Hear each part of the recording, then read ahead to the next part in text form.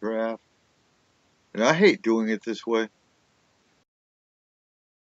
Because we don't understand how life formed, it is difficult to estimate this probability. The likelihood of a complex molecule like DNA being created by random collisions of atoms in a primordial ocean is fantastically small.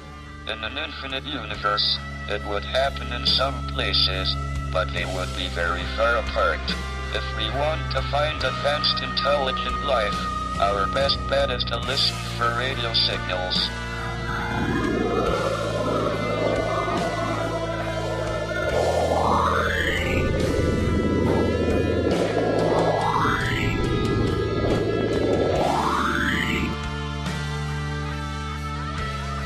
Look up to the stars and the forests that surround.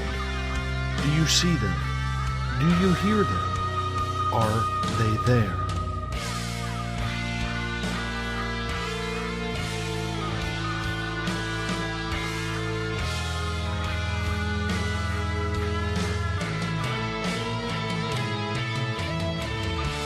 SpacedOutRadio.com presents S4 with Forest Moon Paranormal's Eric Cooper and friends. Also, take the time to join the Forest Moon Paranormal Facebook group. I knew I should have made a left turn at Albuquerque.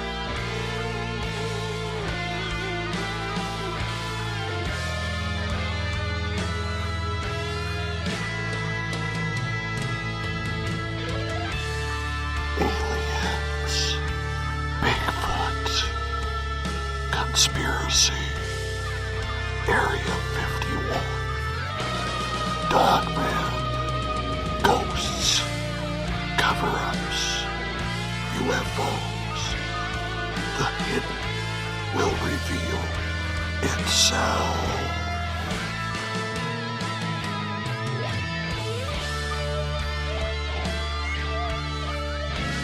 It's one small step for man, one giant leap for mankind.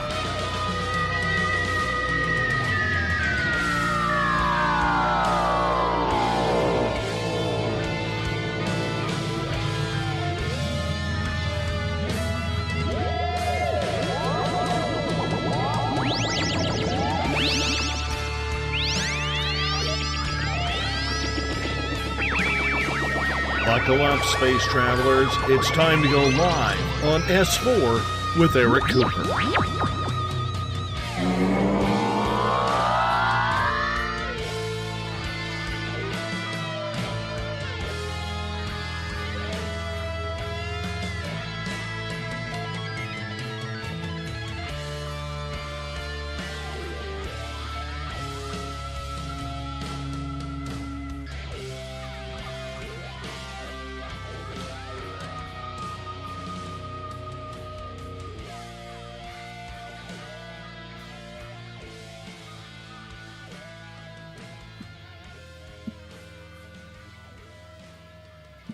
All right, good evening, folks. Good evening. You got Eric Cooper up here in the mountains of Concrete, Washington, and Seth Kinsey in New York.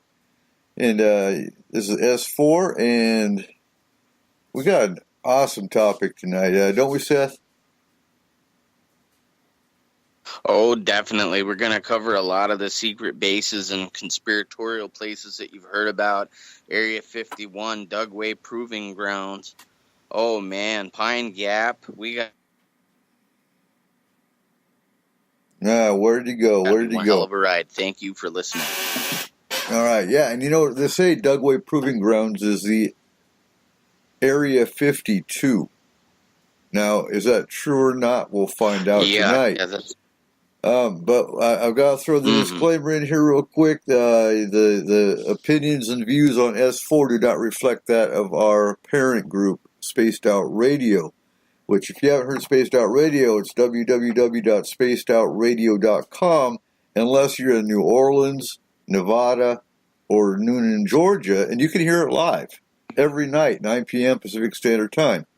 Now, with that being said, we're actually going to open up and offer, if you've got a business you want promoted, get me a sound clip, or actually send Seth what you want broadcast, and we will start doing promo advertising, and we're going to come up with a plan for that. And I haven't even talked to Seth about this yet, but next week we're going to kind of change things up because, I was talking to someone tonight, and she was just full of questions. I was like, you know what? We're going to scrap plans for next weekend. We're going to do a Q&A on everything alien, everything UFO, and everything conspiracy. If you've got questions that you want answered about anything in those three topics, be thinking about them, write them down, and get them to me. Because until I get this internet situation fixed, we are going to pre-record 2 hours prior to release, and then at midnight we will release the show, and we'll actually be in the chat room answering questions. Do it that way. But for next week, it's going to be a straight alien UFO Q&A. And she's going to actually post in her group that she runs, that if anyone's got alien and UFO questions, to write them down, and we'll field them. And we'll just talk straight alien and UFO. Sound good? I'm definitely down with that. That sounds fine to me. I'm all up for a little bit of what I call conspiracy and chill. Exactly. I have to say to you guys, though, I know Coop's got some announcements he wants to make, but I have to say, my phone blew up and heated up, so to speak, and today, and that was because I got tons and tons and tons of wishes on my birthday today from everybody in the Spaced Out Radio community, Forest Moon Paranormal, everywhere. You guys are awesome, and it's just cool to know that there's people who listen to what we say, and it really lets you know that what you're doing isn't a waste, and it lets you know that there are people out there who need radio and other forms of entertainment the way we bring it, but not necessarily entertainment. I mean, it's a little bit of information, a little bit of entertainment. So how about we say paranormal infotainment? There you go. Paranormal conspiratorial infotainment. Entertaining information. Because you're absolutely right. This isn't meant to be all fun, and this is we research these topics and we actually get information, and entertainment I see is it's all bullshit and you don't got to take it real. But what we talk about, you take real because it's really there and it's really going to affect you one day, maybe if it hasn't already. So chances are, if you're here listening, it is. So exactly, or you have some kind of faith or belief in it. Anyway, we had an awesome turnout last night with our paranormal meet and greet. We had Spirit Ropers represented heavily. We had Bumps Paranormal represented. I look forward to working with them because I'm going to hook them up with Eric Markham, our scientist, because they actually have a tech guy that is actually creating things and actually has patents on his magnetic field camera he's built. So I think putting him with Markham, oh my God, you'd see things exploding on the scientific side of things. So Saturday... the immovable object is what that sounds like. Yeah, oh yeah. Now, next Saturday we have training, 12 o'clock at the Northern State Dairy. Highly haunted location. We're actually going to train on investigative technique, play with some toys, and test out their paranormal protection techniques. And that'll be training, starts at 12 o'clock noon. We'll have some hot dogs and sodas and get to work. So, Area 51. When did Area 51 start? Area 51. All right, well, I'm going to fill you guys in the way I have my research set up. I took my notes and I put it window to window here. I'm going to shoot right down the line. So now, less than about 100 miles from Las Vegas, Nevada, Area 51, I feel, has to be the most famous out of all these sites. That's just my opinion, strictly. But the rumors around this base, whether or not it's aircraft you've seen, whether or not some people swear that they've seen creatures walking around the road, it's known by a lot of names, but most people, they know it as Area 51 or, the Atomic Energy Commission's designation, Area 51. Now, the theories behind how it got its name is it borders the Nevada Test Site, NTS, and the AEC used the NTS as the grounds for testing nuclear bombs, and there's people who had been downwind of that who experienced some mutations along their family lines, but more on that maybe in a future program. But a lot of this testing was the inspiration for like the Hills Have Eyes movies and stuff like that, where, people go to the gas station, they get trapped, and the next thing you know, they're being eaten by cannibalistic mutants. Well, some of that was inspired by Area 51. Well, the NTS is mapped as a grid of squares, and they're numbered from 1 to 30, with a few places blanked out on that. Now, Area 51 isn't necessarily part of that grid, but it does border Area 15. And so the general consensus is that they just transpose the numbers. No, but other theories include... What I gotta throw in here, however, is the name of our show actually comes from Area 51, and the S4 is actually a bunker within Area 51. S4 hangar. The S4 hangar goes 5 levels, I believe it is, underground, and that's where Bob Lazar was supposed to have worked. And we'll get to Bob Lazar a little bit later when Seth gets to that point. Area 51, I believe Hangar 18, the movie came from the concept of Area 51. Which yes. Was and actually... It was a B-rated movie. Hangar is... Yes. But in some instances, they've tried to cloak and disguise that Hangar 18. We had a story where some soldiers actually happened upon going in there when they shouldn't have. And basically, they were court-martialed and told, hey, you can keep quiet. Keep quiet. You didn't see anything here. And you know how that goes. It's the whole... hey, Coop, I know you saw this flying saucer, but you have a beautiful family. Are you sure a flying saucer is what you saw? Oh, I don't know. I didn't see nothing. No. Until you're on your deathbed. Right. And I want to mention something regarding this situation. Or you go hide your family and then you say, you know what, screw you. I'm talking anyway. Yeah. And there's some people who have done that. But there's a situation when I think of Area 51 and similar places like we're going to get into. My grandfather was in the Air Force. And after that, he was fireman, all kinds of things. But on his deathbed, he was crash rescue as part of his MOS for a while. And he was asked on his deathbed, they said, did you ever rescue anything that wasn't human? And he answered, he said, I'm going to say this in the best way that I can say it.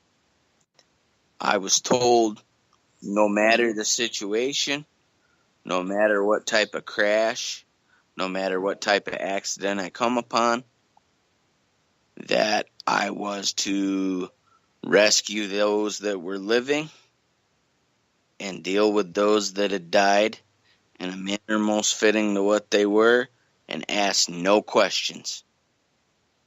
Now, he could have gave a simple yes or a no.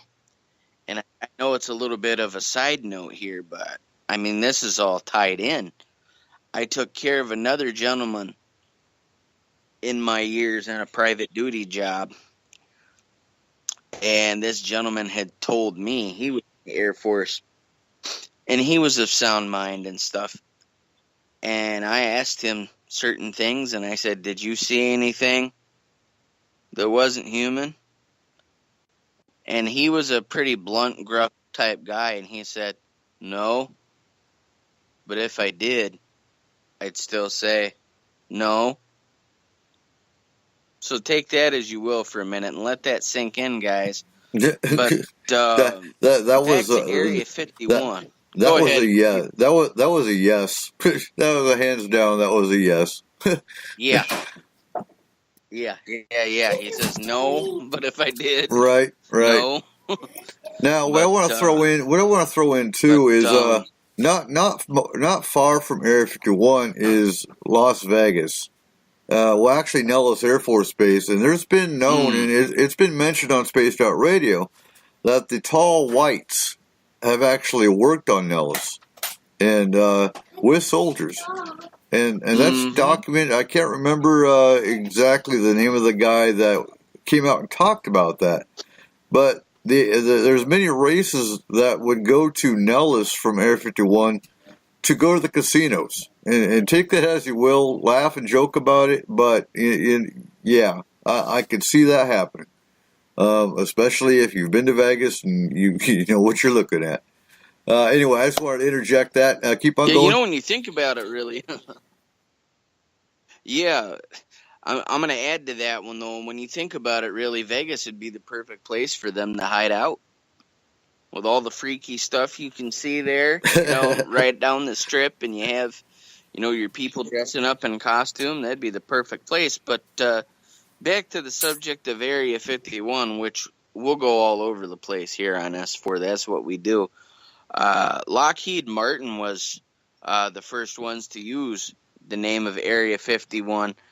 And when you look in the declassified documents from the 60s and 70s, they talk about the facility that is Area 51.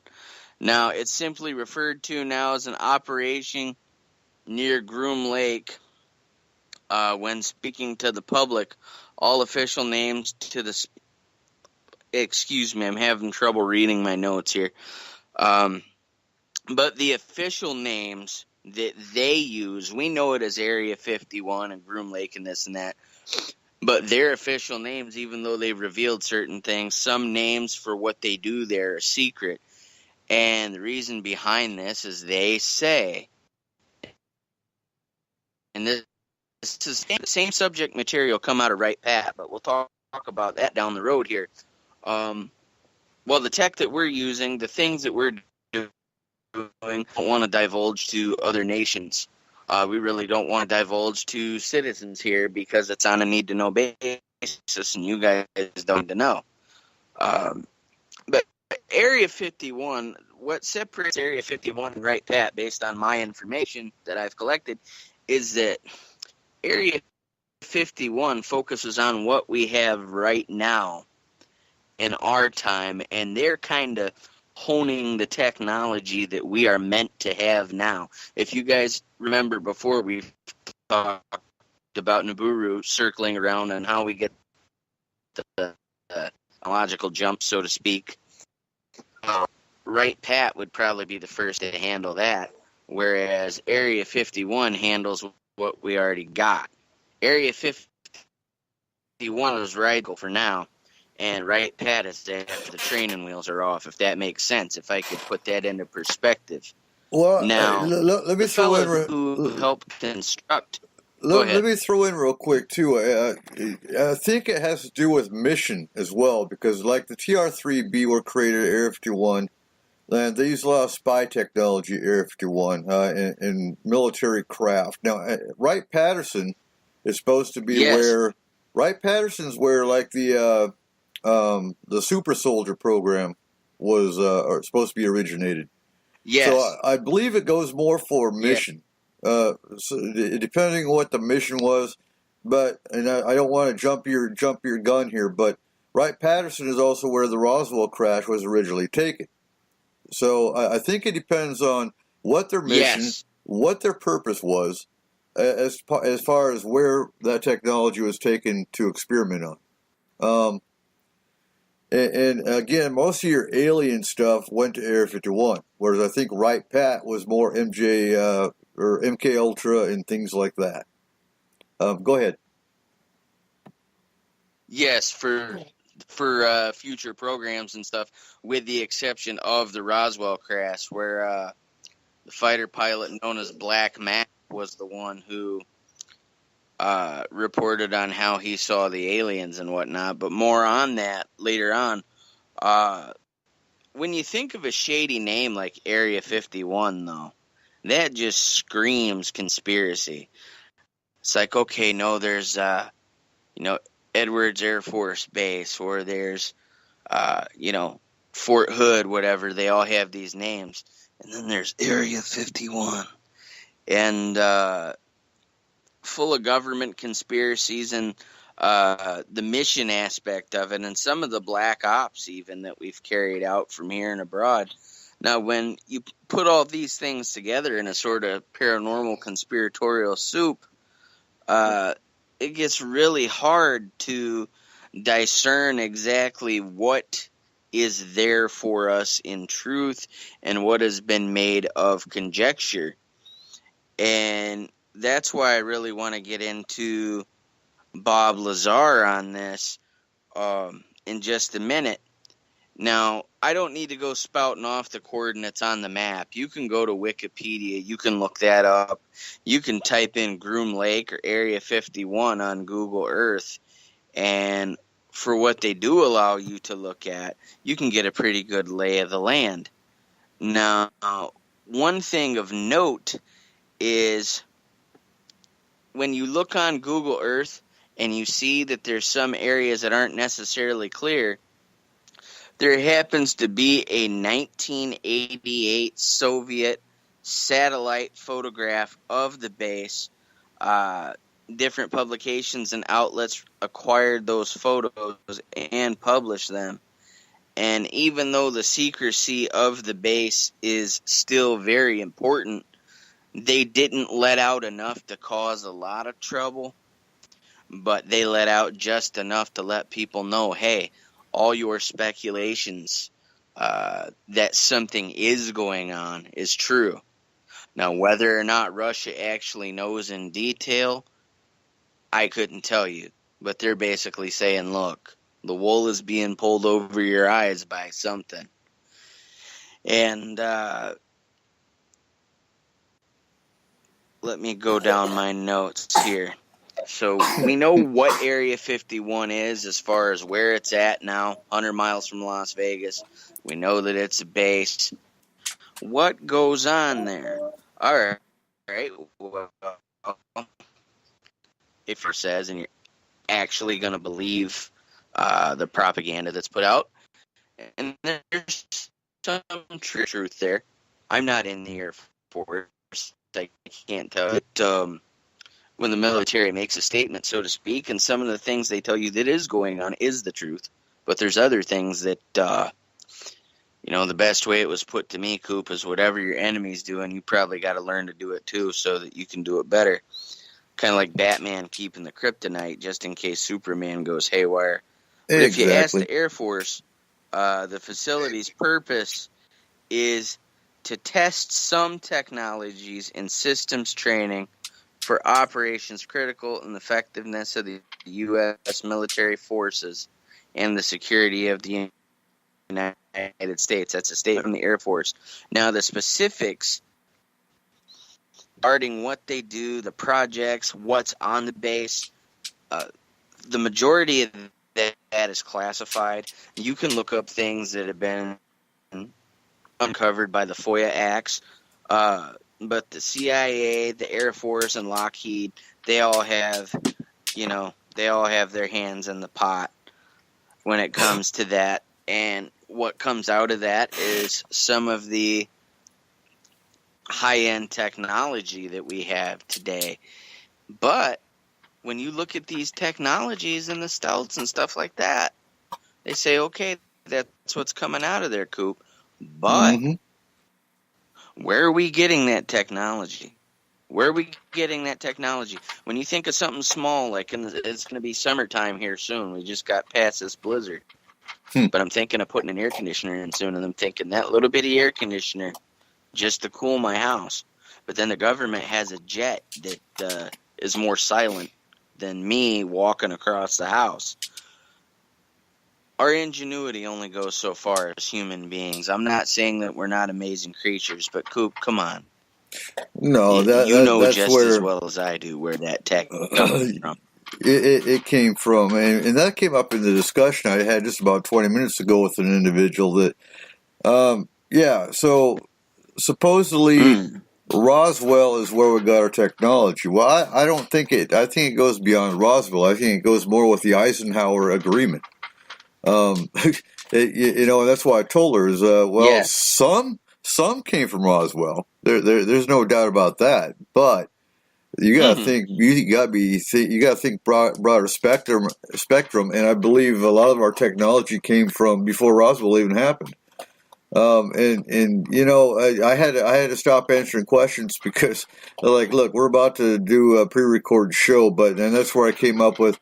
Here's what I want you to do is post your questions in your group, and you come up with a list of questions. We'll answer them all next week. Because she had so many of them. She was just full of questions. It was like, I could answer your questions all night long. Not a problem. Right down to Calypsy Ray being the good race of the Greys. We'll answer them all next week.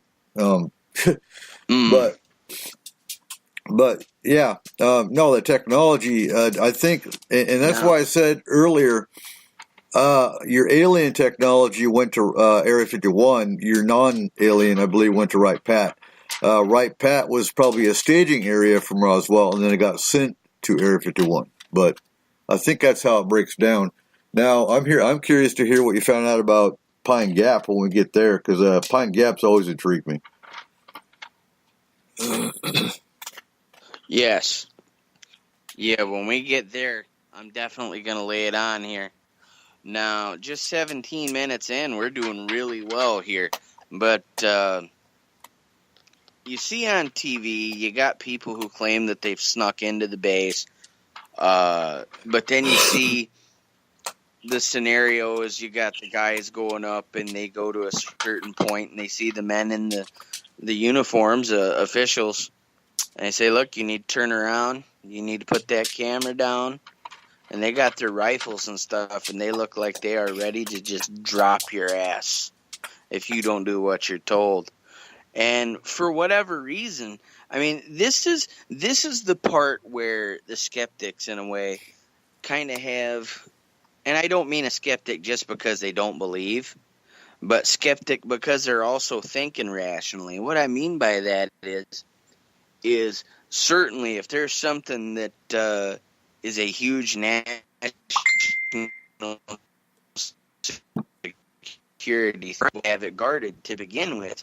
And with that type of guarding, I mean, who's to say that they really aren't thinking of our best interests? An agreement that alone they could very well be covering up. For those of you who aren't familiar with that and how this all ties in, it's believed that President Eisenhower made these different alien races that he can supply a certain amount of humans as guinea pigs, and we'll look the other way. And these people that you used to see on the milk cartons before the Amber Alerts and such, some of these people who are on the milk cartons, sadly enough, may have fallen victim to the terms of this Eisenhower Agreement. And because of that, our military power grows, our tech gets better, our tech gets stronger, we become a more fierce military superpower, and the world keeps on turning. But it's an understatement to say it's just about because of the location. I mean, that's a good deterrent to begin with, because I don't really want to go out there where it is just to tool around, unless, if you got Coop and I a few blocks, probably going to want to look around and start a little trouble.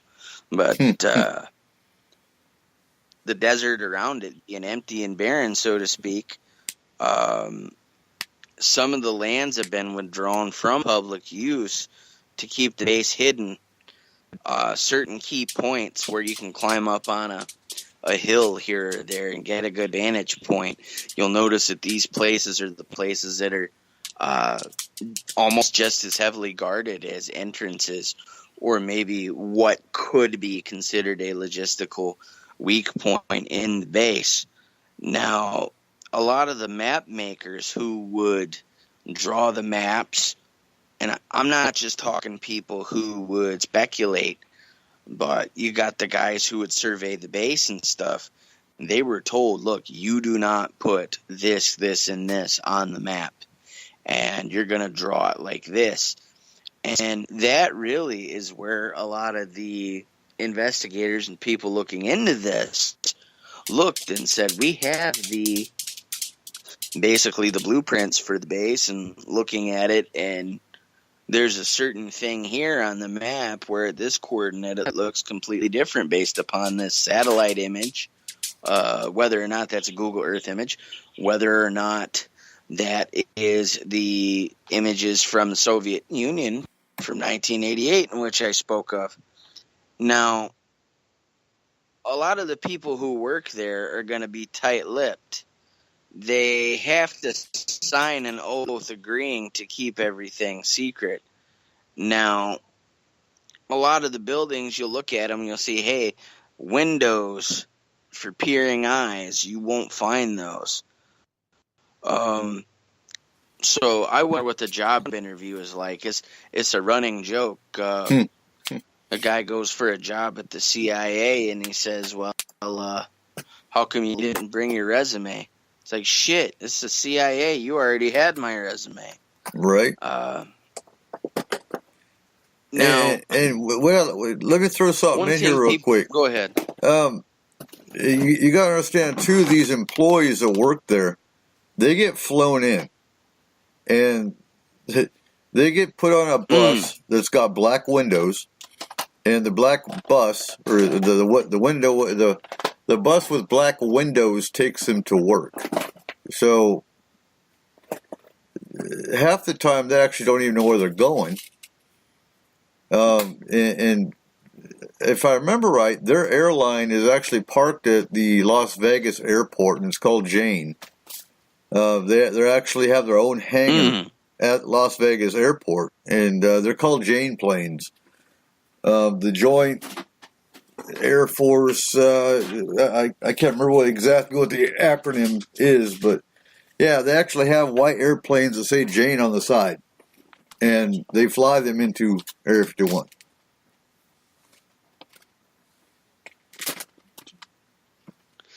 Now, interesting. I didn't know about the planes. That's one thing I didn't get. But in the terms of covering all this up, I mean, they have no windows and stuff like that. And that's another thing my grandpa always said, is he wouldn't have blinds in the house. And everybody said, well, how come you don't have blinds? He said, well, I have nothing to hide. And I'm thinking, I don't want people seeing me chilling out. But that's him. That's just how he was. But when you think about that statement, what I'm about to tell you is, when we think of stuff that's classified, we think of under lock and key, armed guards, a blood oath. You're going to have to sacrifice an animal to somebody before you even get within a sniff of the information. And even then, you might only get to look at it for a split second. But the clearances in this place, the top secret clearances, are all out of whack. I mean, it's not necessarily just a linear, my boss goes to my boss, my boss, and my boss. And I know a guy who knows a guy who knows a guy. Everything is scattered in such it's not necessarily disorganized. It's a chaotic way of doing things. And that's where Bob Lazar comes into all this. The information in the projects are all they're compartmentalized, is the way I want to put it. So you may be cleared for something top secret that I'm not cleared for, but I'm cleared for something top secret that you're not cleared for. However, we do not outrank each other. We could be working on the same project, and I'm the only one who knows how to put the lug nuts on, and you're the only one who knows how to inflate the tire, and we are not allowed to discuss. I have someone in my family who works just for the Lockheed Martin aspect of it. And he told me that imagine what it's like at Area 51, because working at Lockheed Martin in the position that I worked in, he said, I'm not even allowed to bring a digital wristwatch in. The only thing, the most technological thing I'm allowed to bring in is a pen. I cannot bring my wallet in with my credit card. He has a card that has his meal credits and everything on it like that for him. And you scan it through and you pay for everything out of your payroll through it, and it doesn't work anywhere else. You can't go down to the Tasty Freeze and catch a drink with it. So if you imagine just at Lockheed Martin, and then you compare that to what Area 51 would be, the way the clearance goes, it might seem disorganized to you, but in all reality, it makes sense. Now, when it comes to Bob Lazar, I mean, you can't mention Area 51 without Bob Lazar. This may be a bad comparison, but it's the best one I could think of. I mean, that's like mentioning wrestling without mentioning Ric Flair, for example. Right. Now, Bob Lazar, he has spent over 30 years discussing his clearance levels and things like that. Now, is a former photo document processor, and he is alleged to be a researcher at Groom Lake. Now, the thing is, when it comes to Bob Lazar, he said that he worked on reverse engineering the extraterrestrial technology in S4. How about that? Mm-hmm. How about that, you guys? S4. Where have I heard that before, Coop? Oh, Where do you think yeah. Where do you think the name Anyway. came from? Anyway, no, yeah. So he's in S4, the hangar. You can look at it on the map. Coop has a picture of it circled that he sent me before, I believe. Now, it's near the old Kelly mine, right near Area 51 test facility. Now, he claimed an education at different universities. Now, they show no record of it. Now, you guys realize that the government, when they want someone to shut up, there's two ways they handle it. They either straight up kill your ass and you're dead in a ditch, like these holistic doctors who are showing that there are cures for cancer, or they will discredit the shit out of you. No, you never went to school here. What the hell are you talking about? This guy's just trying to, I could hear how they're laughing about it now. I mean, he probably, lives in his basement with his mom until she passes away, and then probably a few months after. And they're really trying to discredit the shit out of him. But when you listen to Bob Lazar's old stuff and all the different interviews he's done, all the different, he's had a few notable speeches here and there, sounds like he knows what the hell he's talking about.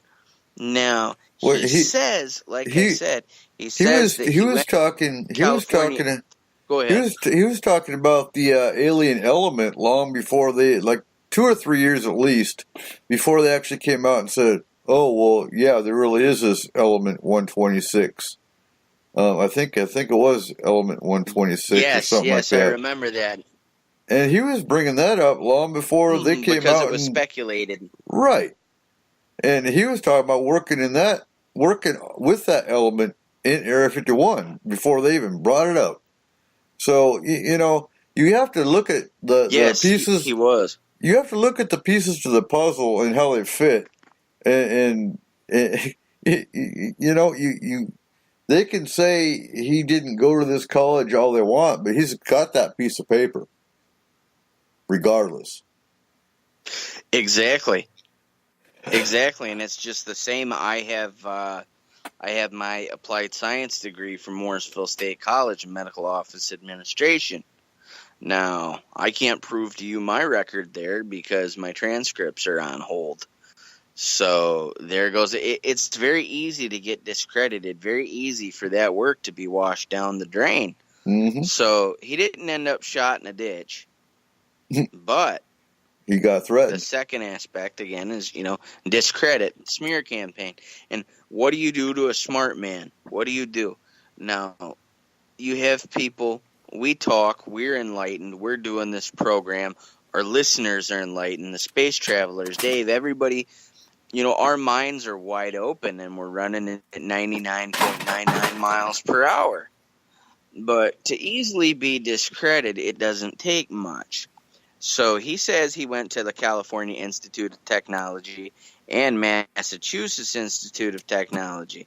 Now, in 93, the Los Angeles Times looked into his background, and of course they said they couldn't find any records of Lazar having attended either institution. But hold on, Stanton Seth. Friedman, though, we know who Stanton Friedman is. You know what? Those are some pretty detailed colleges. Really, Massachusetts. He didn't come out and say I went to Harvard. Oh, Yes. No, he had some specific Exactly. universities. So again, who's going to come up with some little rinky-dink Massachusetts university? And no. So again, that brings to me a little more validity. Because if he really wanted to bring, make his name, if he really wanted to make his name look good, I went to Harvard University and I got my degree. And so he didn't. He went with the small ones, which tells me he really went there. Exactly. And, there's other people who could account for it, too, if you go into the background of it. Mm-hmm. But, the thing is, of course, our media, I'm sorry, I don't care what anybody says. You know that there's a narrative that's fed, and that's a whole nother program. But, of course, they're going to discredit them, too, if they're told to by the government. Stanton Friedman, he was able to uncover that Lazar did take electronics courses at Pierce Junior College in Los Angeles, but that's one of many other places. There's a lot of people who go to different programs, and one college is a stepping stone and then to another. Like I started at the Utica School of Commerce, and I ended up in Morrisville State, University of New York. Mm-hmm. Now, his work in Los Alamos, he worked in the Mason Physics Facility, and he was involved with experiments using the half-mile-long linear particle accelerator. Particle accelerator, okay, guys, proton pack. The way smaller, unrealistic version of the real things. Now, he claimed basically that he was an employee of Los Alamos, and just let's see my notes here. One of his acquaintances from the Los Alamos days claimed that Lazar was fired for using government equipment to work on his cars. Maybe he was fired for another reason. Again, discrediting, smear campaign. Now, I'm thinking, really, if that's a pretty big thing too, Coop, because our government also doesn't screw around, and they're going to do more than just fire you if you're using their shit to mess with your stuff, because you'd figure that that's a big security concern. How would you not know that if that was the case, if he actually was doing that, how would you not know that he wasn't tampering with the equipment? And not only that, there's the question of, okay, if he was able to use a government equipment to take and work on his cars, then where's the other people in the chain of command who knew about it and didn't say anything? That's a can of worms that they didn't think about opening up. Right. Now, 1990, they say he was arrested for aiding and abetting a prostitution ring. Sounds like a smear campaign again. I have to say that also because it's debatable. It's debatable because compare him to the case of Stan Romanek. You know who Stan Romanek is, right? Familiar with the name, I believe. But yeah, and that's the most common smear campaign. Yeah. That's... Stan Romanek was the fella who shot a gray alien out his window, a video of a gray alien. He was on Larry King and stuff like that. He was on CNN. Well, they arrested him, and if it's true, he's sick. Was I there? No. But they arrested him and claimed that he had indecent stuff on his computer that a grown man shouldn't be having. But the funny thing is his wife stood by him and said, no, he didn't do that. He wasn't like that. And they put that stuff in there to discredit him.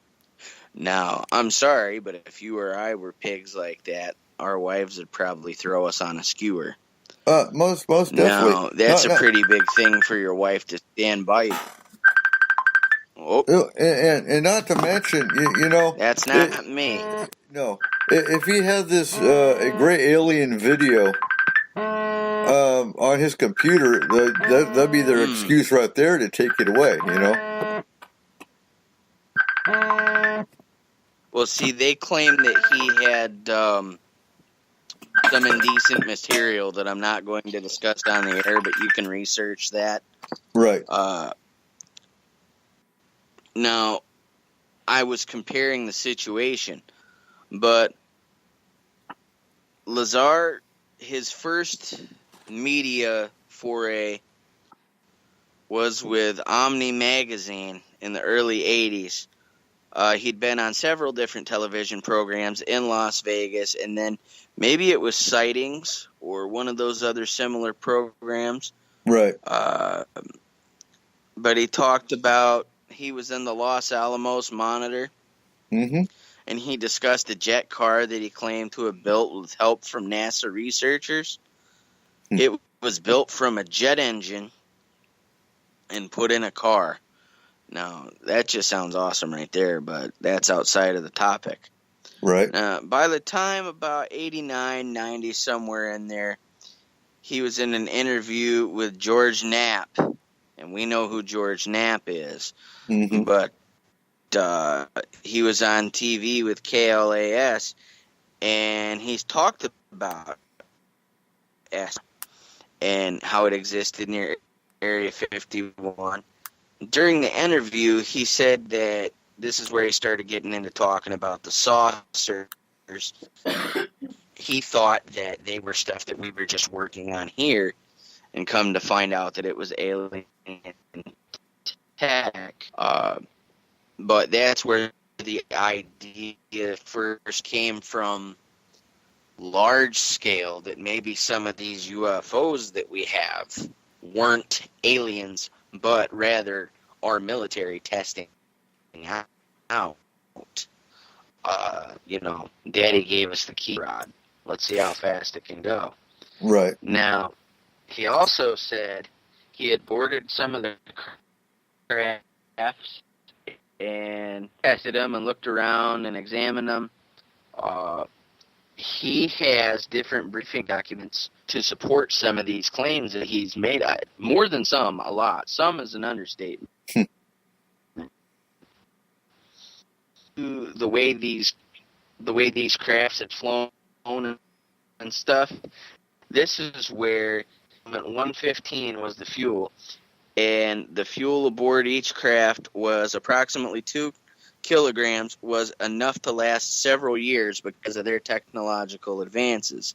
Right. Now, he also says that the briefings he were given describing the historical involvement with the aliens, which we discussed with the Council of Five, had a span of about 10,000 years in our recent history. We're a very young civilization, but 10,000 years that he knew of based on what he was told. Now, he mentions Zeta Reticuli, the beings that came from there, and he referred to those aliens as the Zeta Reticulans, or the Greys, as we know them, one species of the Greys, I might add. Now, they really, the Zeta Reticuli aliens from Zeta Reticuli were talked about basically as one of the younger races in this aspect. Now, because of some of the stuff he's come out and said, and he's raised a lot of flags because of that. But the more you try to discredit someone, the more you try to... What I see they did with him, really, because now if you look on his social media accounts, and he's a brilliant man. He's a brilliant man. He's clearly an educated man. Mm-hmm. And for the education that he had, if he didn't go to school, if what the government said was true, Coop, and he didn't go to school, then he did a lot of sitting on his ass book learning, because he's an educated man. When you look at some of his posts on social media, if you follow him on Twitter or whatnot, he talks about the different propulsions of crafts and such. It's not necessarily UFOs. If you try to approach him, and rightfully so, because I have to defend him in about what I'm going to say. If you try to approach him and you're bugging him, hey, Bobby, tell me about the UFOs. Tell me about what you... I mean, you're beating a dead horse. Right. For real. We're here. We've watched him. We've watched his interviews. There's hours of... You go on YouTube, you type Bob Lazar, you're not going to have to watch Netflix for a while. The same with Dante and the alien races, but that's a whole nother story. But there's enough material. Also, go ahead. You also don't have to ask him about UFOs. Go watch him on YouTube. You don't have to bug the man, because he's answered it all. Exactly. And as far as the Zeta Reticulans and all the other races, guaranteed we've talked about them on this show. Go back and listen to the archives. We've talked about the aliens he's talked about, and a whole lot more. And I gotta we gotta plug the archives. But hold on, I've got to bring this up real quick, because I've been doing extensive research on again Dante's work for the last 2 weeks, and we're going to be doing a special episode of S4 in about 2 weeks. Give me some time to get through all this stuff, and what I'm finding is going to blow your damn mind, guaranteed. And if you want to taste real quick, I encourage you to go online and look up Le Cercle, LECERCLE. And I just want to plug this real quick, because I just found out about these guys today. So you got the Bilderbergs, and I'm not trying to throw you off track, Seth, but I got to bring this up. So I'm kind of excited about this. So you got the Bilderbergs, and they're Dr. Jekyll. The Bilderbergs are your polite, if there is such a thing, but they're your polite politicians. They're your intellects, your smart folk. Then you've got Le Cercle, and they're connected. They are connected with the Bilderbergs. But Le Cercle was based out of France, funded and brought up and started within the CIA. Imagine that. So Le Cercle is your assassins, your murderers, and your spies. MI6, MI5, your French intelligence, and the list goes on. And they're Mr. Hyde. And they've been around since long before the Bilderbergs. But do that sometime. Go on Google and look up Le Cercle. We'll be discussing them here in a couple weeks, along with all the other alien races that we're finding out about. There's a lot of new races coming down observing this planet. For those of you that have been hearing the trumpets and the sounds in the skies, go on YouTube again and look up the trumpets in the skies, and you'll hear what I'm talking about. And from what I'm learning, that's actually a new propulsion system from some of the new races that are coming down. Anyway, go ahead, Seth. All right, let's see. Where was I at here? I had so many notes. I know I was in Bob Lazar here. And I was skimming through my notes as you were talking because I had a few key points. Now, we were talking about the fuel that was on the craft, which is a very small proportion compared to the craft. The technological advance would probably be the equivalent of having a thimble full of gas in a Mack truck. That's the extent of the fuel usage they were able to obtain. Now, the controversy that surrounds Bob Lazar, raised eyebrows and stuff, the majority of the scientific community remains skeptical, not necessarily close-minded, Now, it seems like Stanton Friedman himself, and we know who Stanton Friedman is. He's familiar in our circle. You got to be familiar with Stanton Friedman. But it seems like, and excuse my language, but it seems like he has a hard-on for trying to discredit Bob Lazar also. And that's funny because Stanton Friedman, he seems to be kind of a pioneer in all this. But he said that Lazar lied about his programs, his colleges and stuff. And, who knows? For real. I mean, it goes without saying, you got to understand the meaning of the word is, and the man is educated. The man does know what he's talking about. And if you listen, and the same could be said for Stanton Friedman, too.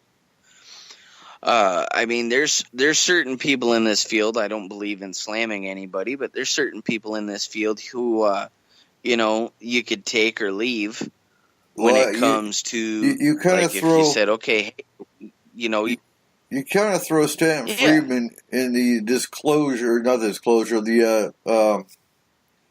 debunking, not even debunking, the misinformation. I throw him kind of in the misinformation bracket to an extent.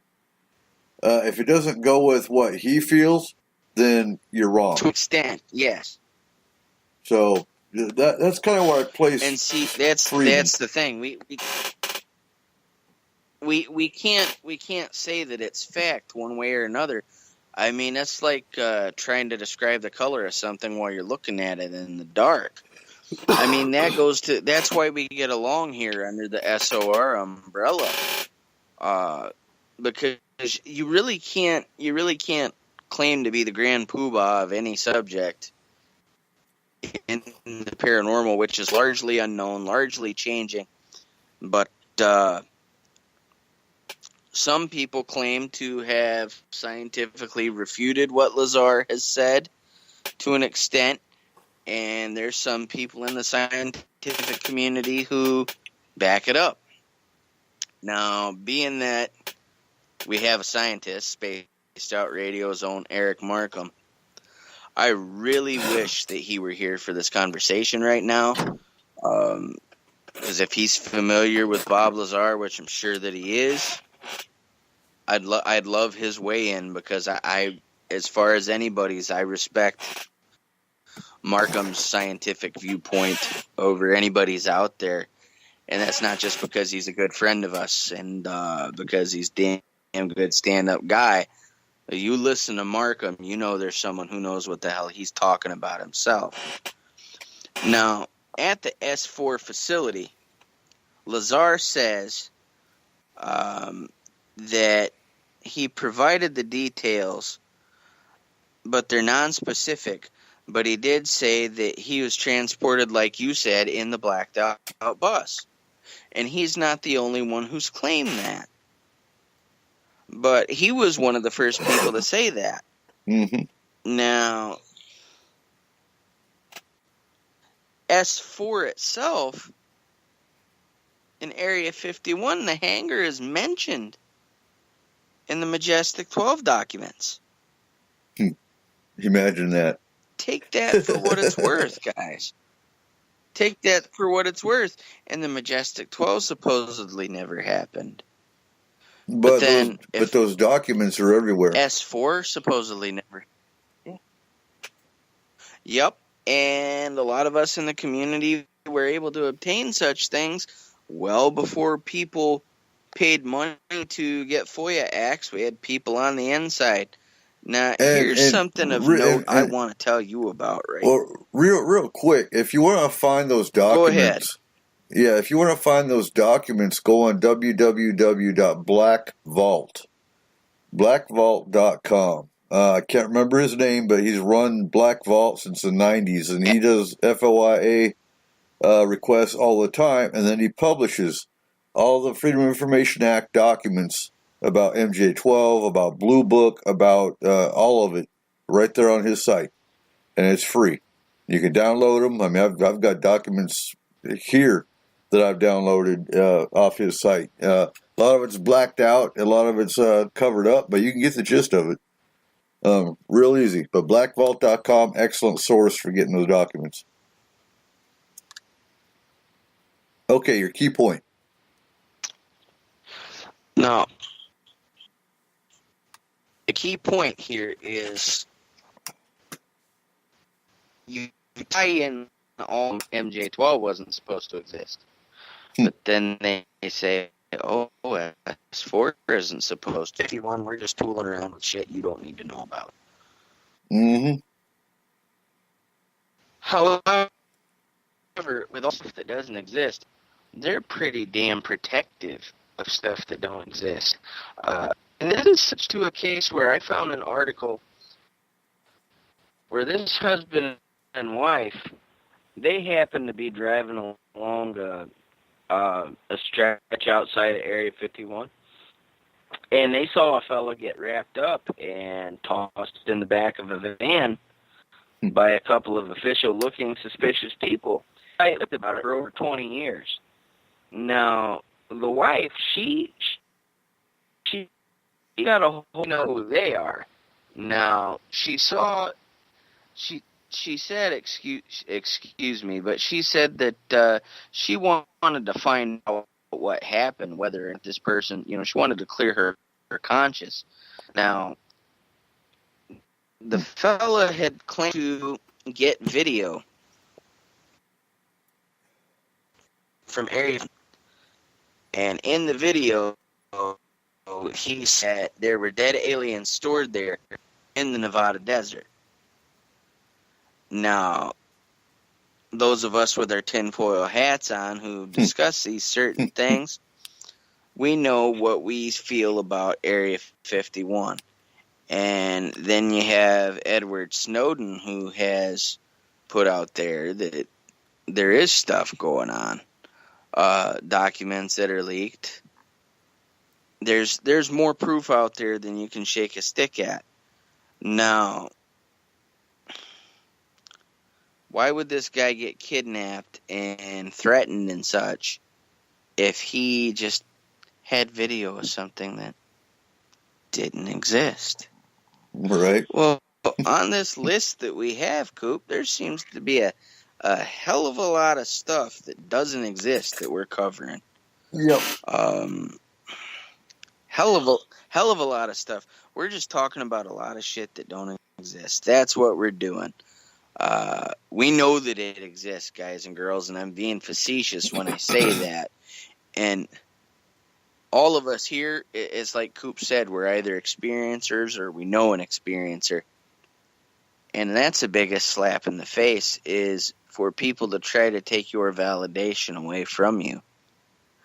It's like the government is the abusive parent, and the government disavowing the knowledge that these things are there.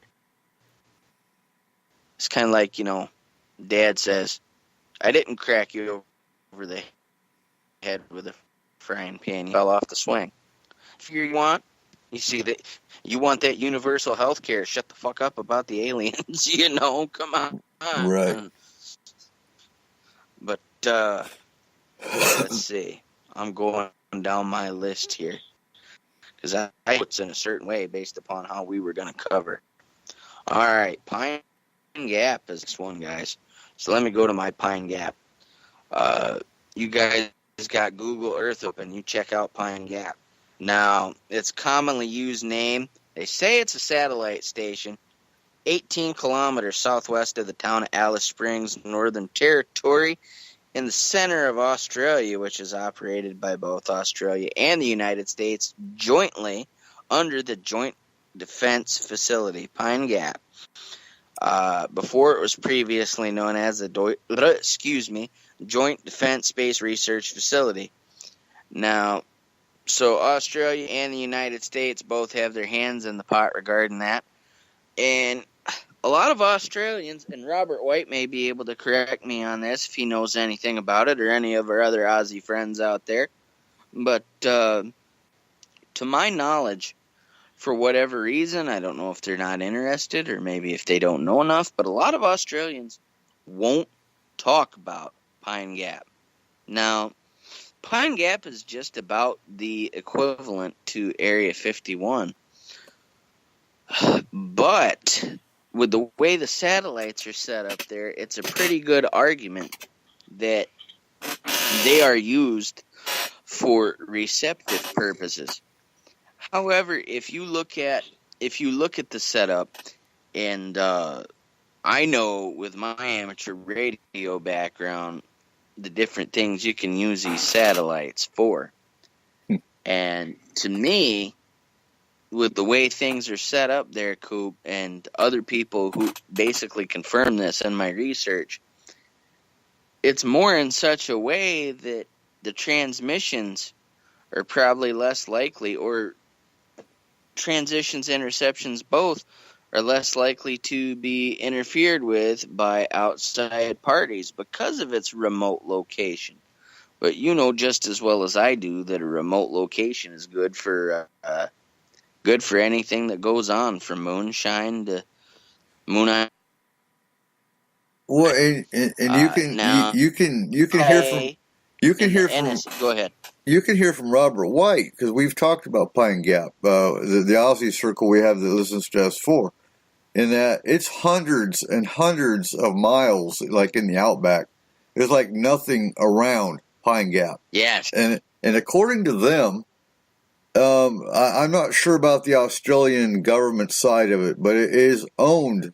It is on U.S. property.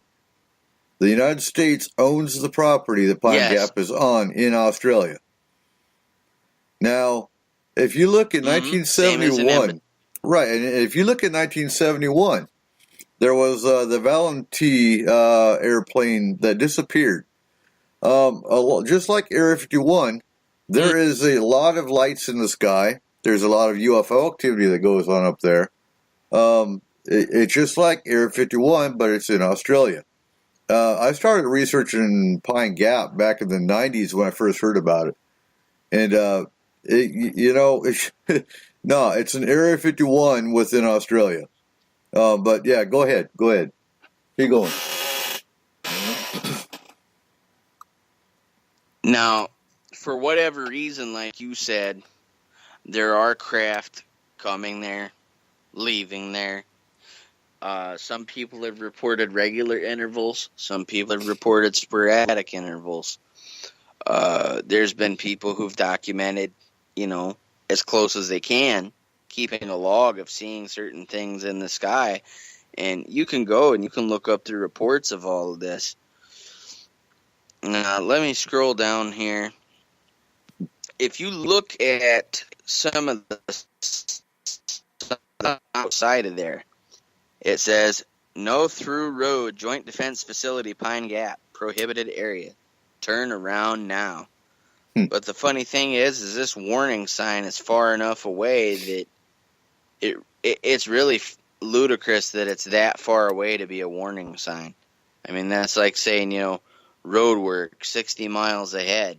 But the facility has a huge computer complex now with protected antennas. They have over 800 employees who get there in a similar fashion. That makes me think, though, Coop, if these buses are blacked out, the driver's windows aren't blacked out. They must really trust that driver. Mm-hmm. Because he knows Exactly. where the hell he's going. Now, you got to know who David Rosenberg is then when it comes to Pine Gap. He indicated that the chief of the facility at the time of his service was a CIA officer. Now, with David Rosenberg, he let out some information. There's actually a movie about him out there. I forget if it's on Hulu or Amazon. But he spent some time in jail for some of the stuff he said. And just like Bob Lazar, he even said to the extent, I really wish I didn't say anything. What would it prove in the long run for me to say anything? Because really, when you get a shady place like that, unless something huge comes out of there, and I'm talking about big, huge, unless some real huge news comes out of there, like they smuggle a gray out, our Right. speculation is, and I'm not saying this to discredit Coop, but our speculation is just as good as the word of the person who's bringing it to light. I mean, you could have me and 4 other neighbors tell you that something's going on 3 blocks down the road. But it doesn't make it any more or less credible, because that's a common knowledge thing that we all know what's going on up there to begin with, because word gets around to a degree. Now, the location of this place, again, I said, is very significant and detrimental to the operations, because even though they kind of deny the UFO activity, they really don't deny the fact that the satellites are there for spying purposes. Mm-hmm. And they pass over a third of the globe, which includes China, Asian parts of Russia, and the Middle East. Now, the location is chosen. Real estate, location. It was chosen so that it's so remote that basically people don't want to put the gas in the car to go that far out. People don't want to be bothered with flying that far out. It's remote. It's remote to the point, Coop, that unless you're within the mileage that you really shouldn't be in because of the warning signs, it's really not economically feasible to use the assets to go out there, because it's going to be costly. But then it begs the question, what's going on? Now, in 1970, and through the 70s and 80s, you know, these campaigns about getting people to move out to the outback. They had about 400 families who moved to Central Australia from the United States. Now, the government refused to give details to the Australian Senate Committee discussing certain intelligence briefings. Now, let's see. Professor Des Ball from the Australian National University, he kind of gave the rundown on Pine Gap, the measurements and this and that. And according to him, he said at least since 1966, before known operations, when the Australian and the United States governments decided they were going to get together on this, they signed the Pine Gap Treaty. Now, it went from about 2 antennas all the way up to 18. There's more now. The staff had increased. People who moved there to support the staff. Now, the biggest expansion of this employeeship right after the Cold War. I'm Right. surprised it wasn't at the height of peak of the Cold War. And Now, I'm you know, wondering if that's because... Go ahead. The antenna arrays kind of, you say antenna arrays, I think of HARP, you know? If you've seen the pictures and the images Yes. of HARP, that's nothing but like a 1 mile by 1 mile similar. square block of nothing but antenna arrays. And last night, it's funny, but we walked into Denny's where we did this meet and greet last night, and I'm wearing my Forest Moon Paranormal t-shirt, and this old man turns around, and he saw the UFO on my shirt. He says, "Oh, wow, are you guys into UFOs?" I was like, well, as a matter of fact, yeah, we investigate UFOs. We do UFO work and alien abduction work. And what he was like, oh, God, he had at least been in his 80s. And he wound up coming back with us and sitting through our meeting. And he was talking, when they set up, he's old retired Air Force. I mean, he knows stuff that I'm pretty sure we could have picked his brain for hours. But he was talking about Pine Gap last night in that they set up antenna arrays on the four corners with the anticipation it was going to keep lightning from striking. And he said, lo and behold, a storm came in and it struck the middle between the antennas and shot the whole place. So I guess the gods didn't want it to happen. But, oh my God, we were talking Area 51, we were talking Pine Gap. The guy's got an implant. I mean, the guy's seen his share. And he knows a full bird colonel here in our area that knows a whole lot as well. But most definitely, and you got to think the logistics of having an 800-person top secret facility. And, fear is their biggest weapon. And you talk about it, you say anything, we will either kill you or we will discredit you. And those are their two biggest factors.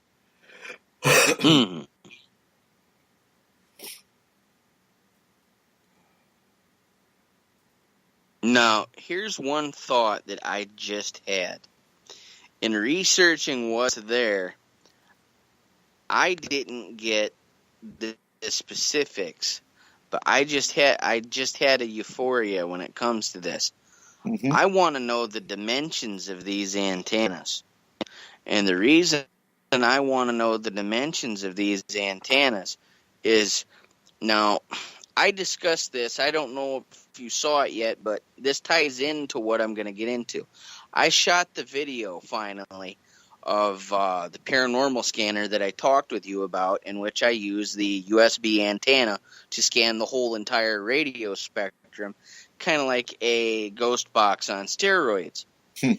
And now, the reason this is relevant to the conversation involving Pine Gap is because for transmission purposes, now reception for just regular reception of something, your dimensions of a certain antenna don't have to necessarily be specific. It would be better if the measurements lined up more with your frequency, but in most cases, it's not super detrimental. Kind of like the rabbit ears. Yes, exactly. Rabbit ears for a TV. Yep, you can tool with them and you can get a different listening experience. I mean, if you've ever hooked them up to an FM radio also, that really helps. You kind of get the last bit of fuzz out of your favorite channel. Right. But for transmission purposes, though, there's formulas, and I have the formulas in my books. But if I find out exactly the heights of these antennas and maybe what metals are made out of, I could determine what frequency they're trying to transmit on. That is, if they are actually transmitting a signal. That leads me to believe it may be largely receptive in nature, being that they are spy satellites. However, you're going to have some transmission ones hidden in there too, so I'd be looking at different sizes, different angular properties based upon that. But I know that's something Bob would like to get in on, and another ham friend of mine who's been on my other program, The Quickening, before, Scott Hunter. he would be interested in the dimensions of the antennas as well. And perhaps we could all perform the same calculation and see what we get. So that might, we may be able to determine if they are transmitting, in all likelihood, based on the radio spectrum, what is it that they're transmitting. Because if they are owned by the United States, but it's operated jointly, I would like to know the details of this treaty between the United States and Australia regarding Pine Gap, because somewhere in there, Coop, there has to be a detail about what communications are allowed.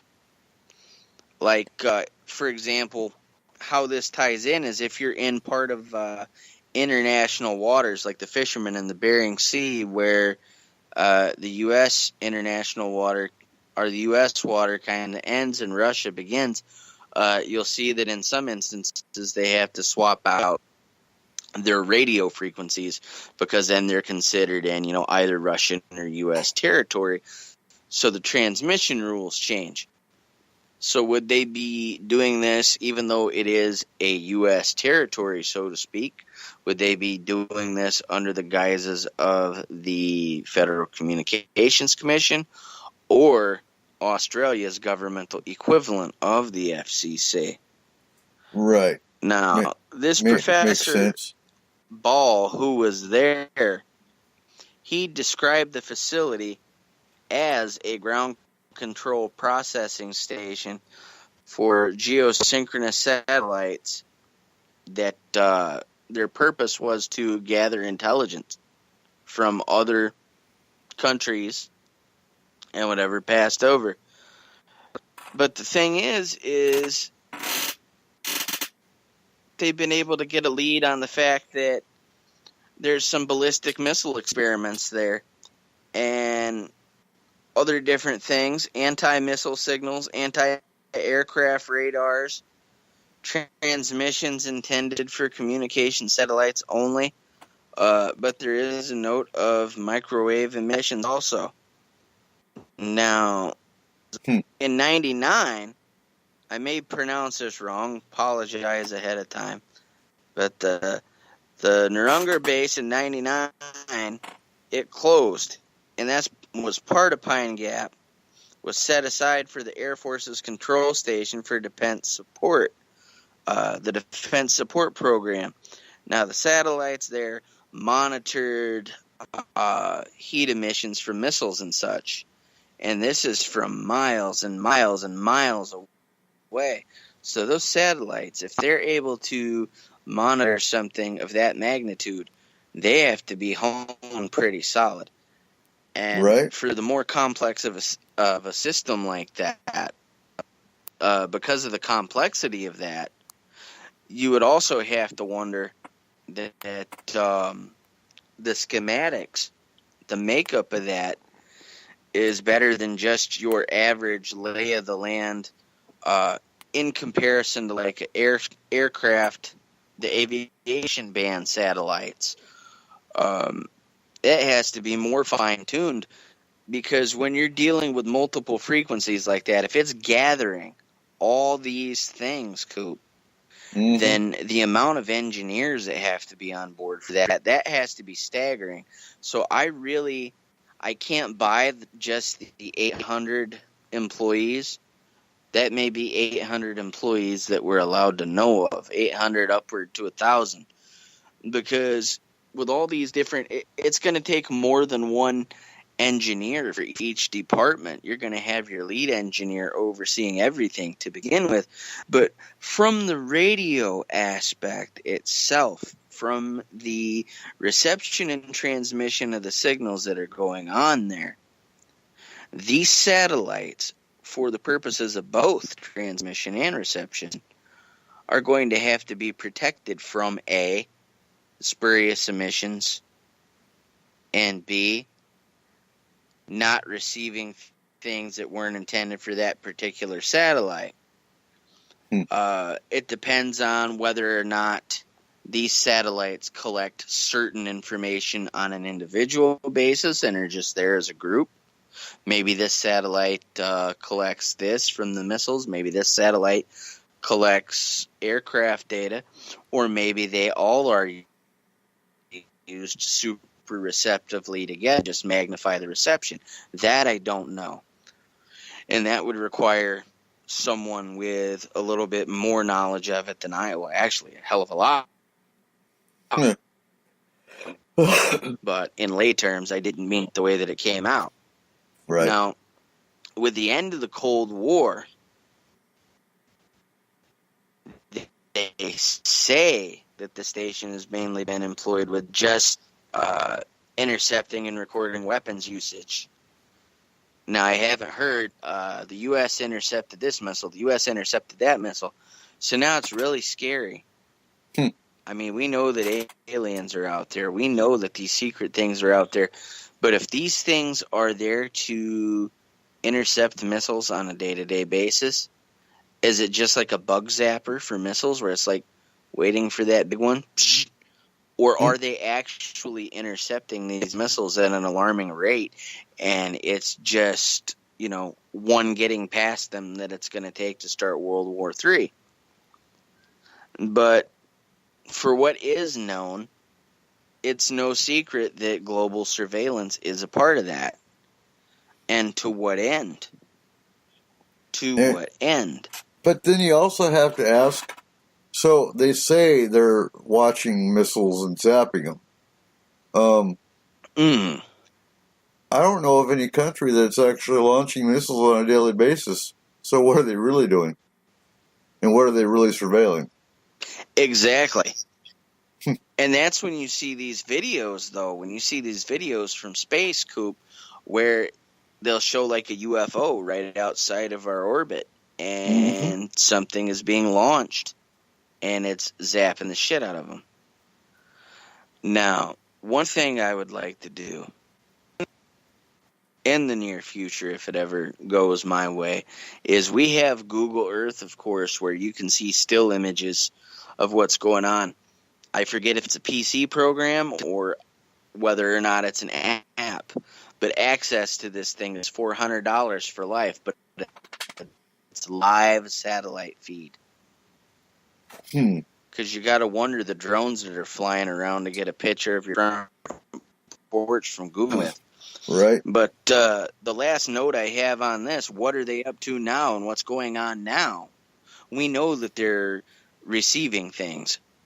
Whether or not they're transmitting remains to be 100% confirmed, but it's a possibility based upon what I've seen. In order to transmit something worthwhile, it's no secret that you got to be up somewhere. You got to have either a line of sight communication, or you got to have it where it's bouncing off another satellite, so to speak. In ham radio, we do a thing called moon bounce, where we actually bounce our signal off the moon and send it to another part of the earth. But it's speculated as to what they're doing lately is a lot of these drone strikes, and I might piss a lot of people off, I'm sorry if I do, but especially lately in the past Obama administration, a lot of these drone strikes where they were happening at least on the hour, that some of these orders were carried out from Pine Gap. And that would make sense now, because as far as any future, because like you said, it controls the Middle East, so it would make sense for a part of Pine Gap to be controlling that. Because they have to have like a receiver station to bounce their signals and their comms and whatnot from somewhere else. So it makes sense if that was a part of their strategy. But that's not all. Not if they're that remote. Not all. We could speculate all day. Now, you being former military for 19 and a half years, and we're on the air here, I'm specifically going to call out to anybody else, any veterans, Even if you're active, don't put yourself at risk, but help us research these things. I definitely am going to have an S4 research team coming pretty soon. And I'm not going to have you research and then come on the air and act like I brought all this to the listeners. If if one of the listeners brings something to my attention, I'm going to say, well, guess what Joe Allgaier and his pointy stick told me today. Right. That's going to go up there. That's the kind of person I am. But look at this stuff. I believe that the connections that we have, someone's got to know somebody who knows something about something. That's what I always say. Someone's got to know somebody who knows something about something. And what I mean by that is our research isn't fully exhausted until we reach out to every single person that we know who can be a benefit. And that's the only way we're going to grow in this field. And this is what we're doing now. This is also a learning experience. This is a learning experience for the host. This is a learning, and it's going to open up your eyes. Now, anything else on Pine Gap that you want to add before I jump over to the Dugway? No, actually, I think you covered it all. But like I said earlier, there's a lot of activity that goes on in Australia, to include alien races. I mean, even the Alien Race book talks about some races that have been to Australia. And, do they have a spot like S4 in Area 51? Do they have a bunker where they keep, the underground stuff? All of them do, to include Dugway. And we'll get to Dugway. But they say Dugway Proving Grounds is the new Area 52. I was supposed to go to Dugway because it's also an instructional school in the Army. And as a mechanic, because I was a combat medic as well as a mechanic. I was a combat medic from 90 to 94. I did Desert Storm in Somalia as just a medic. I got out of the Army after Somalia. That messed me up. And January of 95, I went back in, and I had to switch MOSs, or switch jobs. So I became a truck mechanic, but every unit I was in, I was retained as a medic as well, which is why I always tell people I was a medic as well as a mechanic, because every unit I was in didn't have medics, so they used all their prior service medics for the medical side.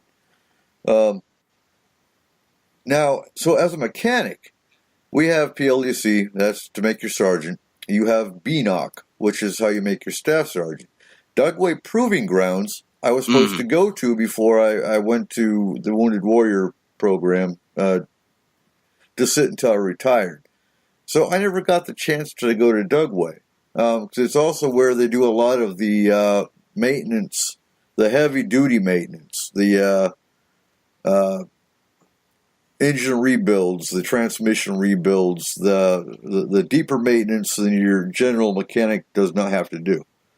But Dugway, I'm curious to hear what you heard about Dugway. Pine Gap, I think we covered pretty well. Other than I'd love to get some UFO sighting stories out of Pine Gap. Oh, anyway, yes. Anyway, Dugway. What do you got on Dugway? Now, with Dugway, first thing I'm going to tell you is the mechanical aspect of that lines up to a point now. When you look, for example, at how Halliburton has their hands in our military-industrial complex, you can see now where they're throwing away whole semi-trucks just because a tire went flat. Things like that. So what they're handling actually from that standpoint may vary differently than what it had been. Now, established in 1942, its purpose was to test biological and chemical weapons. Okay, well, first thing, put the brakes on there. Yeah, put the brakes on. Because, okay, I understand there's a facility for that, but who the fuck are they testing it on? Yeah. Who are they testing it on? I know there's a local university here, and I'm not going to name it. But my father-in-law told me a story where someone stole their dog because this facility, even though it was a very immoral practice, was known for stealing stray animals so that their lab could experiment on them for educational purposes rather than having their own vacuum-packed cats shipped in. They would go around looking for Fido and Rex, and Fido and Rex was missing. That was that. So, okay, who are they testing on now? And Well, they were southwest of Salt Lake City. And they were testing it on. They've been testing it on humans forever. They were testing it on soldiers before. Definitely. Before then. And look at the shots that we get to soldiers. Mm-hmm. And when they were doing nuclear testing in Nevada, they weren't telling the soldiers about the exposure ratings that they were getting. That's been documented. That's been beaten up because they're paying those soldiers today if they're still alive. That are 70s and 80-year-old. VA is paying them because, well, gee, I'm sorry, we didn't know about radiation back then. Bullshit, you didn't. So, yeah, and look at, biological weapons. That's scary shit right there. Look at Plum Island, New York. Jesse Ventura did a show on that, on conspiracy theory. Look it up. It's on YouTube. Just Google or just YouTube conspiracy theory Jesse Ventura Plum Island, and you'll hear all about the biological weapons they've tested on. So what was Dugway doing with biological weapons? Makes me wonder. I don't know, but when you go to Dugway and you want to eat, may I ask you, would you like salt, pepper, or anthrax on your eggs? It's believed that big anthrax scare came from Dugway when it was mailed to the politicians and stuff like that before they decided to put in our shipping the devices that would supposedly filter out and catch this stuff. The big anthrax scare. I was in Germany for that. They're built to test the biological and chemical weapons. And there's some people, I'm not going to mention any names, but there's other hosts that I know of other programs that aren't our programs, that aren't SOR programs, so I'm not going to mention them.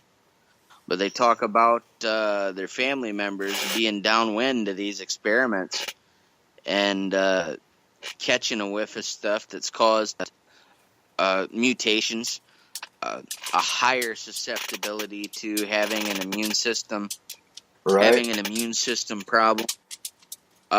There's even been instances in which some of these downwinders, a lot of them are actually allergic to water, and their body reacts to, well, let me put this in a better way. They're not allergic when it comes to necessarily drinking it, but getting wet on their skin for whatever reason, it causes like a burning, harsh, horrible reaction all over their skin. That's kind of like white so they can drink it fine. That sounds kind of like white phosphorus. Yes. Yes. But actually, it is a medical condition, but a lot of these people who have been downwind from this type of stuff have gotten it. Now, this is south of the Utah Test and Training Range, and it is the largest overland special use airspace in the United States. Right. And what they're known for is 1968, 6,000 sheep were killed in the Dugway sheep incident. Now, they tried to say that it wasn't them. They tried to say, oh, nope, don't know nothing about that. Nope. But then the researchers who, some of these people got a hold of these sheep that died, they took them, they had them tested. They said, bullshit. They died because of a neurotoxin that was either inadvertently administered, accidentally on purpose, or for whatever reason. Someone just didn't know what the hell they were doing. But this sheep died because it was exposed to a neurotoxin. Mm-hmm. Now, with that being said, don't drink the water. Well, it also makes me wonder, if you've got 6,000 sheep that died, where were the humans at? Because, you're probably talking farmland. I wonder how many humans died that they didn't know about.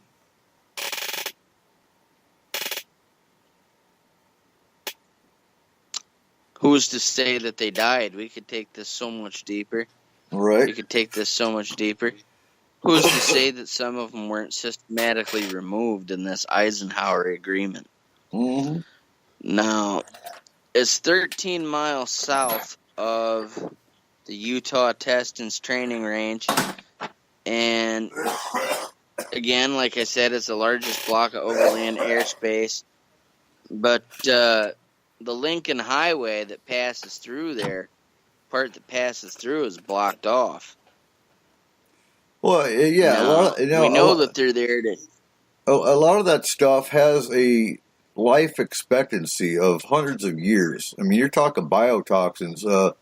We could go talk about nerve agent. I could tell you stories about nerve agent. I could tell you stories about mustard agent. I've done a lot of training on that kind of stuff, being a medic, because we got NBC training on medical, as far as the medical aspect, how to treat. There's not much you can treat because basically with nerve agent, for example, you drown in your own fluids.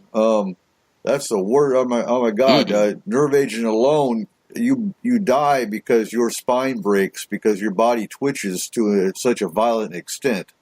Saddam Hussein tested on his own people with nerve agent and such. So. And that's where, when you heard about the Kurds being gassed and whatnot back in the early 90s, which is one reason we were in Desert Storm. I was in the Black Horse, and we were in Doha, Kuwait in 91 after everybody else was pulled out and went home. We were put there to keep Saddam from coming back. Now, I remember one day specifically, I'm a 21-year-old kid, and we were told...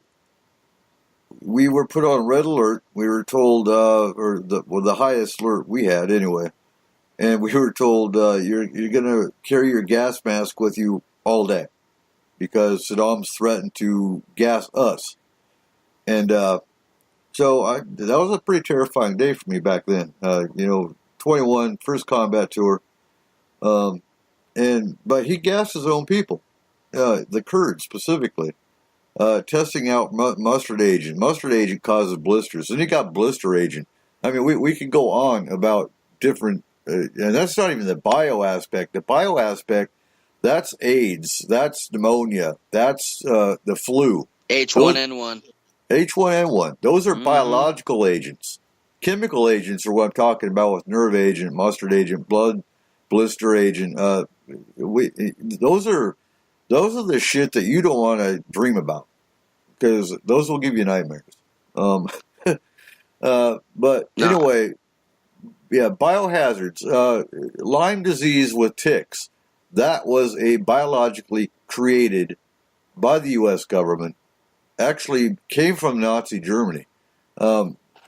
Because we're getting off topic, but we're not really. Because when you're talking bio, the Nazis were experimenting with biohazards, which they brought Lyme disease to Plum Island under the guise of the U.S. government back in, I believe, the 40s, 30s or 40s. And that's what Plum Island's doing about. Yes, they did. Now, I also know Plum Island has ties with Dugway Proving Grounds with the biological testing side of it.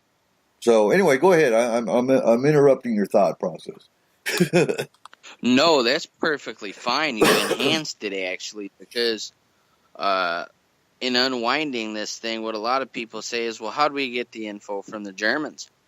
Well, what a lot of people don't realize is there were so many Germans at the goings around of the Nuremberg trials for the ones who would comply. for the Germans and the no. Nazis who would comply? It goes to Operation Paperclip. If you want, Google it. Look it up. Folks, like I tell you on S4, we research and we bring you the information. But I'll tell you what, take what we tell you and research it, and you can validate what we're talking about. Yes. Look up Operation Paperclip. They brought over hundreds of Nazi scientists to work for the U.S. government. Yes. Under Operation Paperclip. That's what I was saying. The ones who would comply. Yep. The ones who would comply, and they even gave them Social Security. Mm-hmm. They said, okay, you're going to get your U.S. Social Security benefits.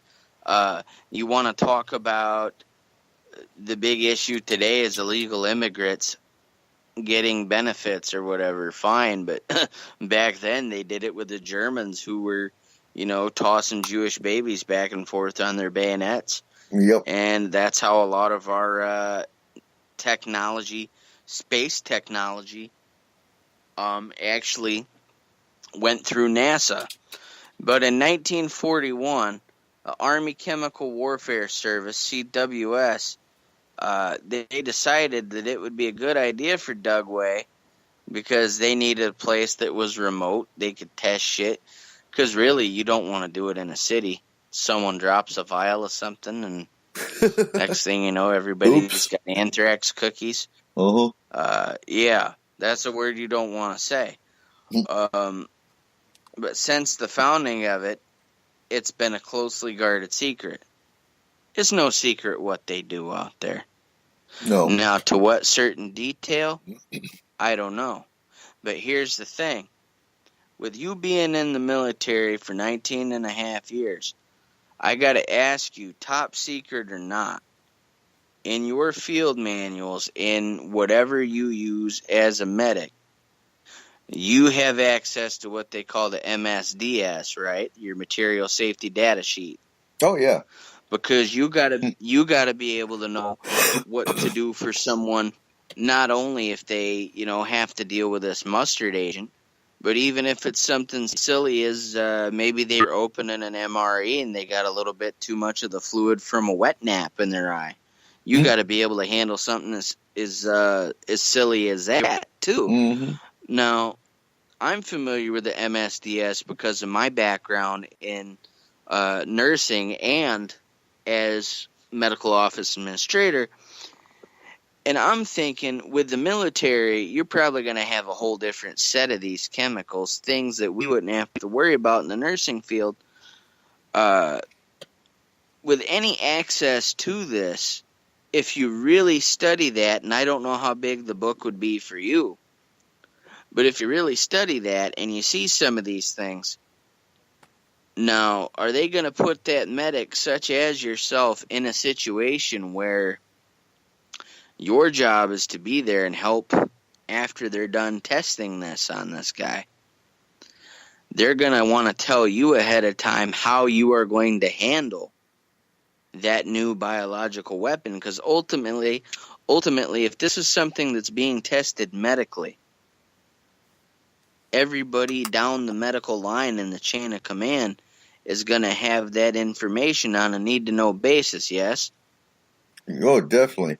And the way you had, we had, okay, so with nerve agent specifically, I could talk about that.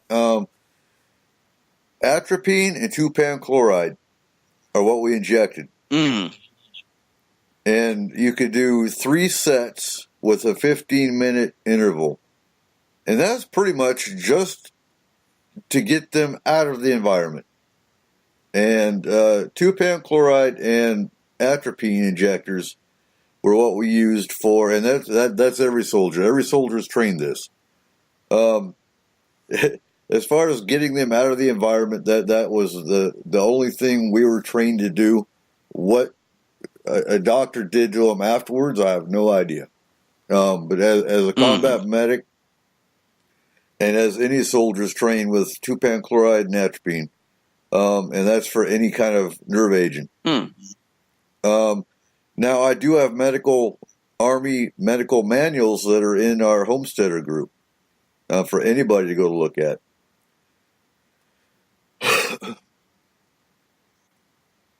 We're going to have to check that out because now my mind is just racing on this whole thing. But we have the testing is still going on, but they tested toxic agents, flamethrowers, all types of chemicals, anything that you can think of that could systematically tear down the human body. I'm not necessarily talking about ballistics and bullets and things like that, but anything that can be sprayed at you, on you, or in you. That's what was, or around you, or for you to breathe in, or for you to ingest. It was tested there. Long story short. And at their biological facilities, they also used range telemetry and tracking radar installation there also. Now, it's an isolated area within Dugway Proving Grounds, which is known as the Granite Peak installation. They say that Dugway Proving Grounds was phased out after World War II, but you and I both know that that's bullshit. It's still open. Yeah, they say that it took a hiatus. No, it's still open. They say open. that they reactivated it during a Korean War. No, it didn't even take a hiatus then. No, the Dugway Proving. I was supposed to go to Dugway Proving Grounds in 2007. Exactly, but what I'm saying is, in between key events in our history, is they're saying that they kind of shut down stuff. They kind of just, idled and watched the monitors. Now, from around 85 to 91, like you said, Dugway Proving Ground was home to the Ranger School Desert Training Phase. It was first known as the Ranger Division, the Desert Ranger Division, until redesignated to the Ranger Training Brigade, 7th Ranger Training Battalion in 87. And it taught students the basic desert survival skills, different small unit tactics and such.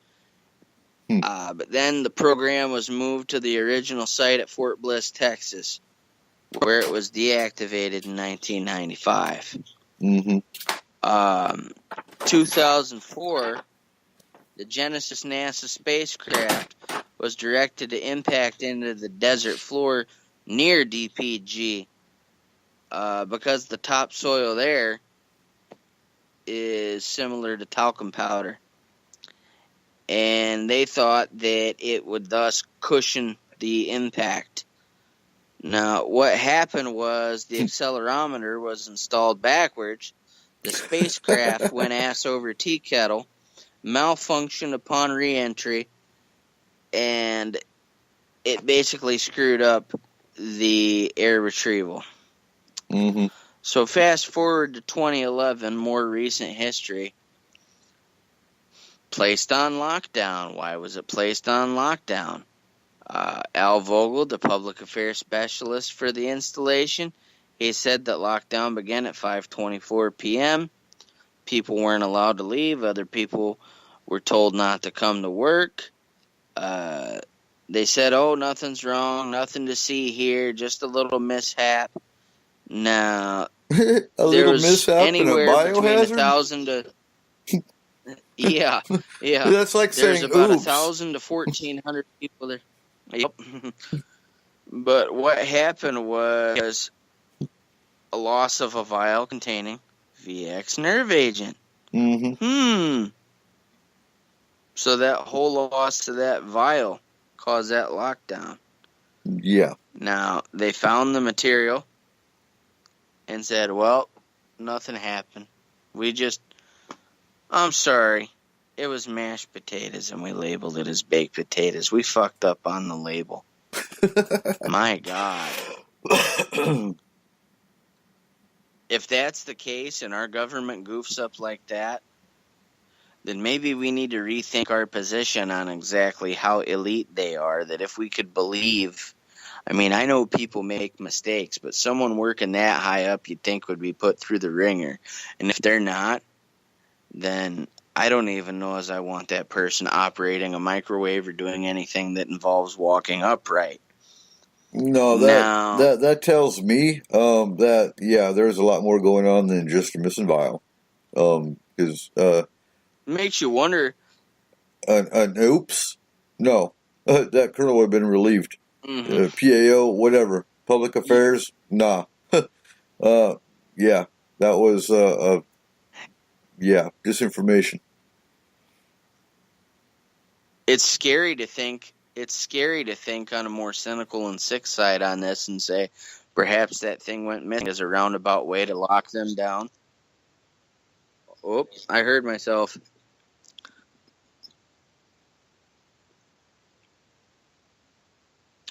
But that vial went missing. It could have been as a roundabout way for them to inadvertently test some chemicals on their employees. I'm not saying that's the case, but think about it. What better way than to get your rats all in a trap than to put the cheese in the center of the maze? That, and think about it, and let's think a little bit deeper. Let's think a little bit deeper conspiracy.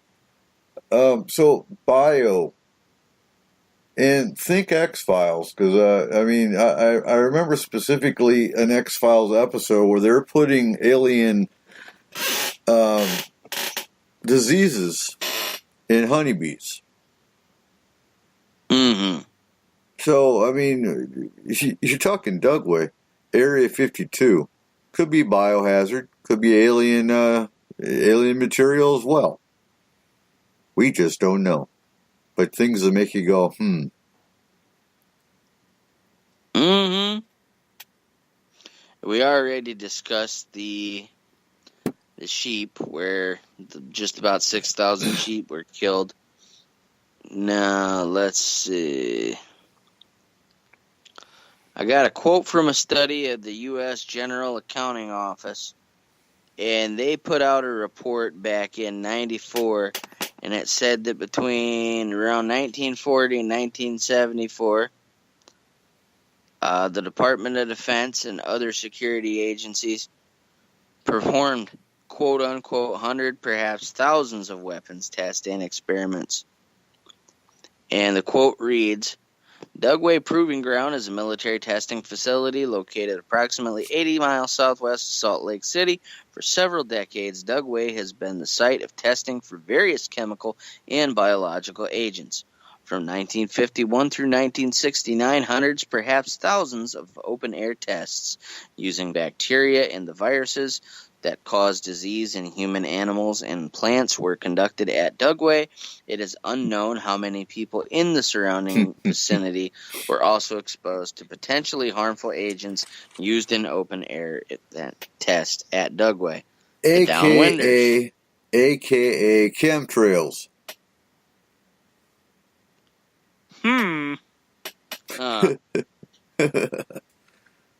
And we talked about the shipment of anthrax and how, sorry, that package wasn't for you.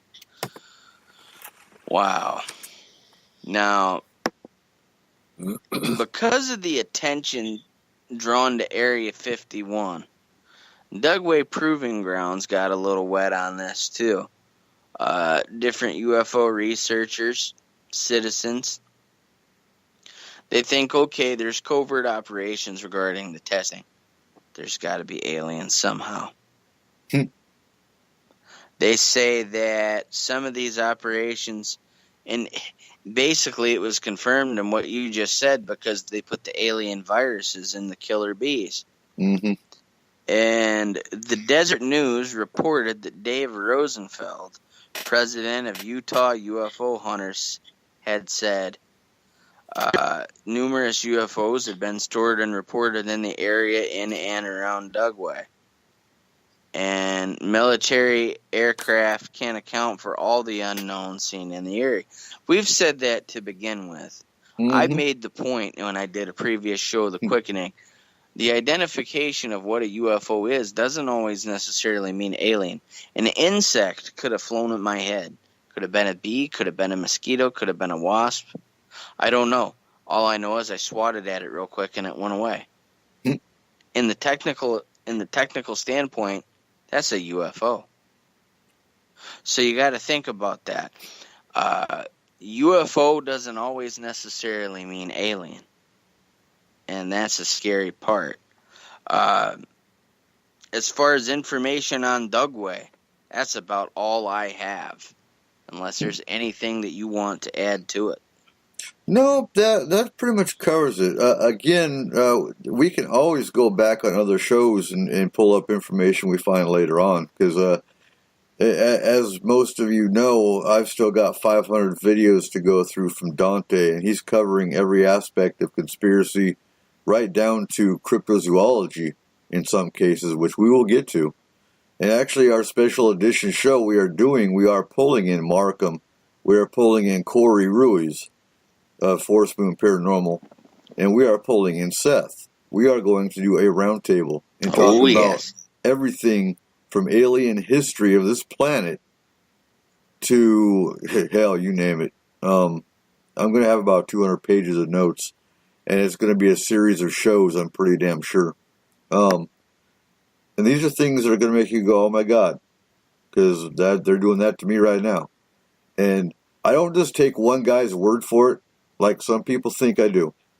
What I do is I go from my own experiences and all the research I've done in the last 20, 30 years of various areas. And if it correlates, if it's paralleled, and if it shows up in other sources that I've read and researched, then that puts a lot of validity to what this guy's saying. And we'll get there. But more information is going to come up by Doug Way, but I think you covered it pretty well. I would like to know if there's a Hangar 18, if there's a S4 kind of area on Dugway. But just being a bio station alone answers a lot of questions. And like I said, people think bio. I think mosquitoes. I think of ticks. I think of the flu. Mm-hmm. Those are biological hazards or biological agents. And everything from the common cold can be used as a bioagent. You put it in a vial, you go up on the top of a roof, and you put it in the air conditioning or heater duct. You just infected an entire building. And that's how it's done in warfare. Along with airplanes, chemtrails, things of that nature. That's biological warfare. And inadvertently, depending on how sparsely or densely populated an area has been, that whole vial could wipe out a whole village or even a partial big part of a culture. Mm-hmm. Now, in terms of Right Pat, got to mention Roswell, because that's where the crash material and beings were supposedly sent. Now, for those who saw this, again, another case in which they were court-martialed and basically told to shut up. Now, I forget the soldier's name, but he was a pilot known as Black Mac. He was a decorated pilot, and he happened to see these things. And he kept the secret from his family for 50 years. And you can go on YouTube and you can look this up. And his son is talking. He said, that was a very hard secret for my dad to keep. That all those years, he didn't tell us that we were alone. He didn't tell us that we're not alone, I should say. And so, Right Pat, you can even look, Whitley Strieber has a book that he wrote, and it's a fictional account of a woman who befriends a gray alien that they're experimenting on. Pretty good book. I forget the name of it, though, but I'm not going to plug it because they're not paying us. Pay us and we'll plug it. Right. Okay. Now, unless you're not for profit, that's a whole different organization deal. I'll do voiceovers. But anyway, on to Wright Pat. Wright-Patterson Air Force Base, WPAFB, IATA, FFO, ICAO. Wow, a whole lot of shit here. United States Air Force Base and census designated place just east of Dayton, Ohio.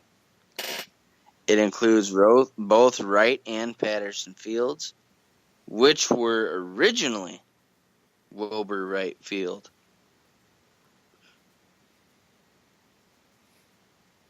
Excuse me. I've been awake for a hell of a long time. I've been awake now 26 hours. And The host doing outstanding. unit at Wright-Patterson Air Force Base. Yeah, I'm hanging in there. I'm a trooper. I love broadcasting on S4. I love shooting the shit with you, Coop. It's awesome. We're missing a campfire and a couple beers. Right.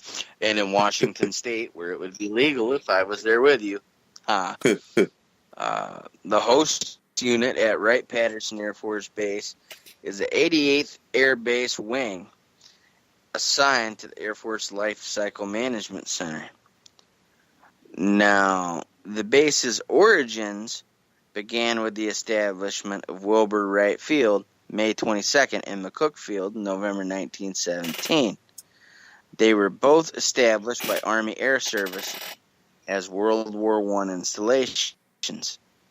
Now, McCook was used as a testing field and for aviation experiments. Wright Field was used as a flying field, renamed Patterson Field in about 1931. The Fairfield Aviation General Supply Depot, Armor School, and Storage Depot, Cook's functions were transferred to Wright Field when it was closed on October 27, 1927. Mm-hmm. Now, the Air Force Base in question was established Wright-Pat in 1948 when Patterson and Wright Fields merged. Now, up on to 1995, when the Bosnian War was at its peak, they were held at the base, resulting in the Dayton Agreement that ended the war. 88th Air Base Wing is commanded there by Colonel John M. DeValier. The Command Chief Master Sergeant is Chief Master Sergeant John M. Mazza. Now, the base had a total of approximately 28,000 military, civilian, and contract employees as of the last census. And it sits in 2 counties. But, let's see. The base is on the larger side of all the Air Force bases with diversity and different demographics, which isn't really relative to what we're talking about, but there's a lot of people from a lot of places there. Mm-hmm. Really, when you think about it, though, systematically, that's a good international place to deal with some extraterrestrial intergalactic shit. Now, it's the headquarters of Air Force's Material Command, one of the major commands of the Air Force. Wright-Patterson, or Wright-Pat as we'll call it, is also the location of the Air Force Medical Center, Air Force Institute of Technology, the National Museum of the United States Air Force. It is also the home base of the 445th Airlift Wing of the Air Force Reserve Command, Air Mobility Command Gain Unit, which flies C-17 Globemaster, heavy airlifter. Wright-Pat is also the headquarters of the Aeronautical Systems Center and the Air Force Research Laboratory. Now, I almost stopped there in the middle of that because I'm thinking, for such a big place, you go down all these things again. Air Force Research Laboratory, Aeronautical Systems Center, Air Mobility Command, host 445th Airlift Wing. All these things going on. Now, I'm going to use a word. That's a plethora of activity that can very well be related to the logical side of things. And again, you can't mention it without Roswell. And then you talk about the underground. Now, the Indian Mounds. No, the Indian Mounds. They built it on top of Indian Mounds. Oh, that wasn't too smart. Underneath. Yeah. Yeah. because I'm thinking about the disruption of the Native American spirit and other different supernatural negative attachments that could happen because of that. So, what's going on around, Coop? What have you got on your end? Not a whole lot, other than that I know we had a client who is still an active client because her property is heavily active from Right Pat. And she's not on Right Pat, but there's underground tunnels that go from Right Pat to her particular property. And we know there was soldier experimentation going on there. We know that for a fact.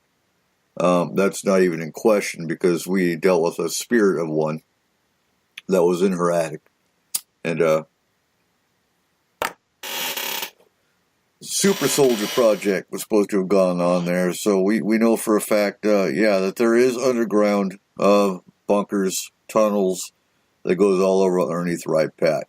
We can speak on that from the astral and the paranormal aspect of that. Documentation, we have none on that. But come on, they brought in the crashed retrieval from Roswell. That should speak volumes. And yes, it does. It does, especially. You're gonna look up again his actual name. I don't have right here, but his pilot's name or his pilot's handle was Black Mac. Mm-hmm. It's kind of like you have, Mad Dog and Maverick and Hawkeye and all this. He was Black Mac, and he kept the secret for 50 years, and he finally spilled the beans and told his family everything. And so his son says, look, for me to tell this, just the fact that I'm telling it, and this isn't quote for quote, but it's a gist of what he said, just the fact that I'm telling it is enough for people to try to taint his legacy. I don't want that to happen. And he did say that my father presented the truth to us as he knew it. And when you get down to the meaning of what he said right there, my father presented the truth to us as he knew it. Right. He only gave information based upon what he had seen. It wasn't a matter of weighing objective versus subjective. He's telling people that his father was straight shooting. And that leads me to believe that if he had an assumption and wasn't sure about something, that he didn't voice his opinion on that. Now, in lay terms, with all these different departments in Wright-Patterson, when you add all that together, and their chain of command will admit to this, they say that they're focusing on the Air Force of tomorrow. What is tomorrow's Air Force going to look like? How much better are tomorrow's stealth wings and other stealth technology going to be? How much better is the radar going to be? The weapons. Are our weapons going to be ahead of the game in comparison to what the rest of the world is doing? That's the type of questions that they try to answer there, or so they say. We know that there is a more, not necessarily sinister, but a more secretive aspect to what they're doing because alien technology comes into play here. When you think technology of tomorrow, Coop, we are always looking ahead. We are always looking to the stars. We are always looking forward. And again, there's that damn Eisenhower Agreement that keeps popping up like a game of paranormal whack-a-mole. It pops up in this situation because our people go missing. Well, I'm going to bring something up real quick. It goes back to our founding fathers and how they designed. It goes back to our founding fathers with how they designed the Washington, D.C. If you look at the way the Pentagon, if you look at the way the Washington, D.C. and the monuments are designed, they all point to Sirius, the Dog Star. It goes back to our founding fathers. Yes, they do. Yeah, I mean, we could go on because There there's was a lot of mathematical design in that. Mhm. I mean, even Columbus. There's a ton of symbolism there. Even Columbus himself, when he crossed over to this continent, saw UFOs. It's documented in his journals. So we're talking aliens have played in, well, we won't go back as far as civilization because that's a whole other show. But our founding fathers, even in the way they designed, and everything in DC points to Sirius. So Exactly. And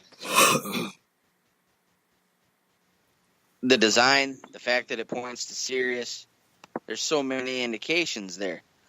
Now, one thing of note in my research, and I knew about the Roswell, I knew that they were working on stuff that we may not be using so much today, but supposed to be used tomorrow, when I have tomorrow's technology today, and we just don't want everybody else to get the handle on that. But beside the point, if you ever heard Goldwater, he was a senator in the 60s around the time, and on several occasions he told about he was denied access to view the underground facilities there at the base. They wouldn't let him know what was going on or how. And when he did get to the base and he requested to see what was in Hangar 18, his request was forwarded to Curtis LeMay, the general. LeMay gave Goldwater a resounding answer of no. Told him, don't even worry about asking again. No. So now, what he did then, what Senator Goldwater did, is he goes on Larry King. And he said that General LeMay was mad as hell, and he cussed at him and yelled at him. He didn't say that he threatened him, but he's told to never ask again. Now, these claims dealing with the secret base's operations include, but are not limited to, 1981. Let's see. Author Jean-Charles Fumeau wrote a book. I can't even begin to pronounce that in French. Preuves Scientifiques. He claimed, I gave it a go. Good old college try. He claimed that a fellow named Leon B. Vissy was given access to a secret place where he purportedly observed 2 dead alien grays. And this man, he made a living researching genetics then as they were known. And he was called to the base to show experiments of some of the research. On another issue, Wright-Patterson was reported by a researcher named Tommy Bland, and he said that he interviewed an unnamed colonel who told him, yes, we do have alien bodies on the base. But there's also cases in which people observed that the Greys were there actively working. But with taller, darker overseers, which we know as the Dark Entities, and the abduction sequences and such that so many people have played out, you have your cases in which there are the gray aliens there, and then you have cases where there might be a reptilian or maybe other aliens that are darker and blue in color. But it was also reported that the taller overseers were there with them, standing in the corner watching them work. Now, this one lady named Norma Gardner, she said she worked at the base for years, and this is where it gets interesting. She spilled the beans when she got really old. She had a very high security designation. Her duties included inventorying any parts from crashed UFOs. She said that she saw 2 dead alien bodies that were blue or green and bluish in nature. So I'm wondering maybe if they had an oxygen need for oxygen as we do, and maybe that's where the blue came in. But she said they were green and blue in nature with the big almond eyes. Mm-hmm. And when they asked her, she said that she was asked basically on the sly, why are you telling people? She says, look, I'm at an old age now. Really, what are you going to do to me? Right. And that's, that's a pattern that you notice is a lot of these top secret personnel, military personnel, high-level clearance personnel, they go their whole life with whatever the secret is. Maybe it keeps them awake at night. Mm-hmm. I mean, for real, we're lucky at a day and age where we can get on the air and talk about stuff like this. You take the experiences that you had years ago, some of the listeners have had, that I've had. You try to tell somebody about that in a different era and a different point in time in our history, you're going to get ridiculed, you're going to get smear campaign, and it may even be easier to live with that secret than it is to actually tell it and get it off your chest. When it comes to the type of ridicule you face. But now, in the case of Arthur Exxon, who was a retired Air Force officer, he said the alien-related materials from Roswell were shipped there, and they have been stored there at the base since then. In 1947, he was first originally there, and it's there now. He worked his way up to being a brigadier general, and in 1964, he was given command over the base. And despite having command over the base, Coop, get this, he was still denied access to the hidden secret facilities of the base. Now, how the hell are you the commander of the base? The commander, Coop. How the hell are you the commander? And you are still told, do not pass go. Do not collect $200. Sorry. Well, that's unheard of because the commander usually has to know everything that goes on in the base in case something leaks, there's an incident. He's supposed to know what's going on. And that goes as far as the Army side for sure. So, yeah. Super soldier program. Yeah. Now what I'm curious about is I wonder if DARPA has any ties with the military bases outside their own facilities.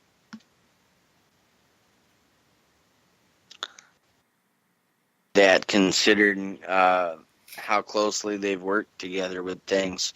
Mm-hmm. Despite the fact that DARPA and the military are strange bedfellows, you know just as well as I do in these situations that DARPA still has, I think, ace up their sleeve that they're not really willing to let go. Right. But when you take these super soldier programs and you take them into account, they're getting the technology to share with us from these alien races, the technology that's being given. I'm often wondering if that isn't, they say, okay, no, they're testing this, no, they're testing that. How do we not know that these soldiers who qualify for this DNA program do not have anything to do with the Eisenhower Agreement? Is what I mean instead is, who's to say, Coop, that all the people who were sacrificed, for lack of a better word, in this Eisenhower Agreement, Mm-hmm. who's to say that all of them were just abducted and probed and all this and that? Perhaps some of these were involved in taking the military people, testing them, giving them some supernatural Nikes so that they can run faster and jump higher, putting a little extra get up in them, giving them some go pills, Mm-hmm. and doing it under the auspices of trying to create a better, stronger, more efficient soldier. And a perfect example of this, if you're really into any propaganda that may lead you to the truth, and as funny as that is, there is some out there, you check out the Universal Soldier movies with Jean-Claude Van Damme. Right. And they're systematically bioengineering people, giving them cybernetic parts, beefing them up, steroiding them up, this and that, whatnot, trying to create the super soldier. Well, even Now, going I'm as far wondering, as the TV series Dark Angel in the 90s, yes, where they were creating super soldier kids. I mean, they've kind of leaked somewhat with the super soldier concept before the Claude Van Damme movies came out, because Dark Angel was out before that Yes. series came out, I believe. So they've always kind of toyed and hemmed and hawed over the idea of it. Where did they get the idea? Right, Pat? exactly. And I'm also wondering if the super soldier program wasn't a way, or I should say isn't a way, for the gray aliens or others involved, that maybe they're benefiting from that DNA manipulation on these soldiers because it helps to fix the broken DNA that they have. If you go by the hunch that some of the aliens had reported that their DNA was messed up due to years and years and years of breeding scientifically, or in some cases interbreeding. Mm-hmm.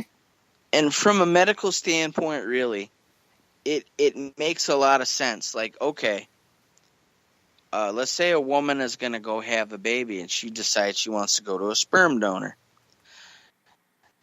Now, in all realism, and I'm not down on myself when I say this, but I am about 5'3". I have a plethora of health issues that are a result of the development that I had in my womb. And I may be a very smart individual, but I'm not a genetic jackhammer. So a guy like me isn't going to probably be accepted into those. They want the cream of the crop, no pun intended. Right. Now, with that being said, you take the super soldier program for an alien to be testing. And I'm not making fun of anybody, but I would rather have a soldier who is physically fit, who on the whole takes care of themselves, has to go through rigorous training where they are mentally sharp, they are physically sharp, they know how to handle that weapon, they got a grasp of their job. They're the first people that I'm going to go to genetically modify, test, and try to improve. Because if they are going through those rigorous programs, then they are further up the evolutionary ladder than we are, sitting on the couch and chilling out. So they're going to want to experiment on them by nature. Now, I have a story that relates to this. I don't know if it was in Wright-Patterson. I can't say that it was. But I have a cousin in Sugar Valley, Georgia, who openly admitted to having certain experiments done on him. Mm-hmm. And when I first met him, I was 6 years old. My vision was still horrible. Now, I thought he was talking to me. He was actually trying to give our car a cracker. And this is no laughing matter. Of course, I was a kid, and when I saw him trying to give the car, he was, "Hey, buddy, you want a cracker?" He was trying to give the tire to the car a cracker. So I told people about it. They said, well, that's just your cousin. Just let him be. Just let him be. But I shit you not. I would be outside playing. And all this man took with him, he took a lighter, a tarp, and a bow and arrow. And he would disappear into the woods for 2-3 months at a time. He'd come back. He'd have a full beard. He'd have a few deer skins. He'd have the tarp. And he didn't get in a truck and take off. He didn't have a truck that he was loading up. Mm-hmm. And you take those woods in Georgia where you get, even in the winter, a lot of these insects aren't dying off. And you have all these different conditions that Mother Nature throws at you. And you're just taking care of yourself with a bow and arrow and a tarp and a lighter. For one, you got to be one hell of a survivalist with some training. Yep. For another, if he's coming back and he's in the woods all this time, Coop, and he's exposed to the elements, because he didn't have a cabin, anything like that. Different people would see him around.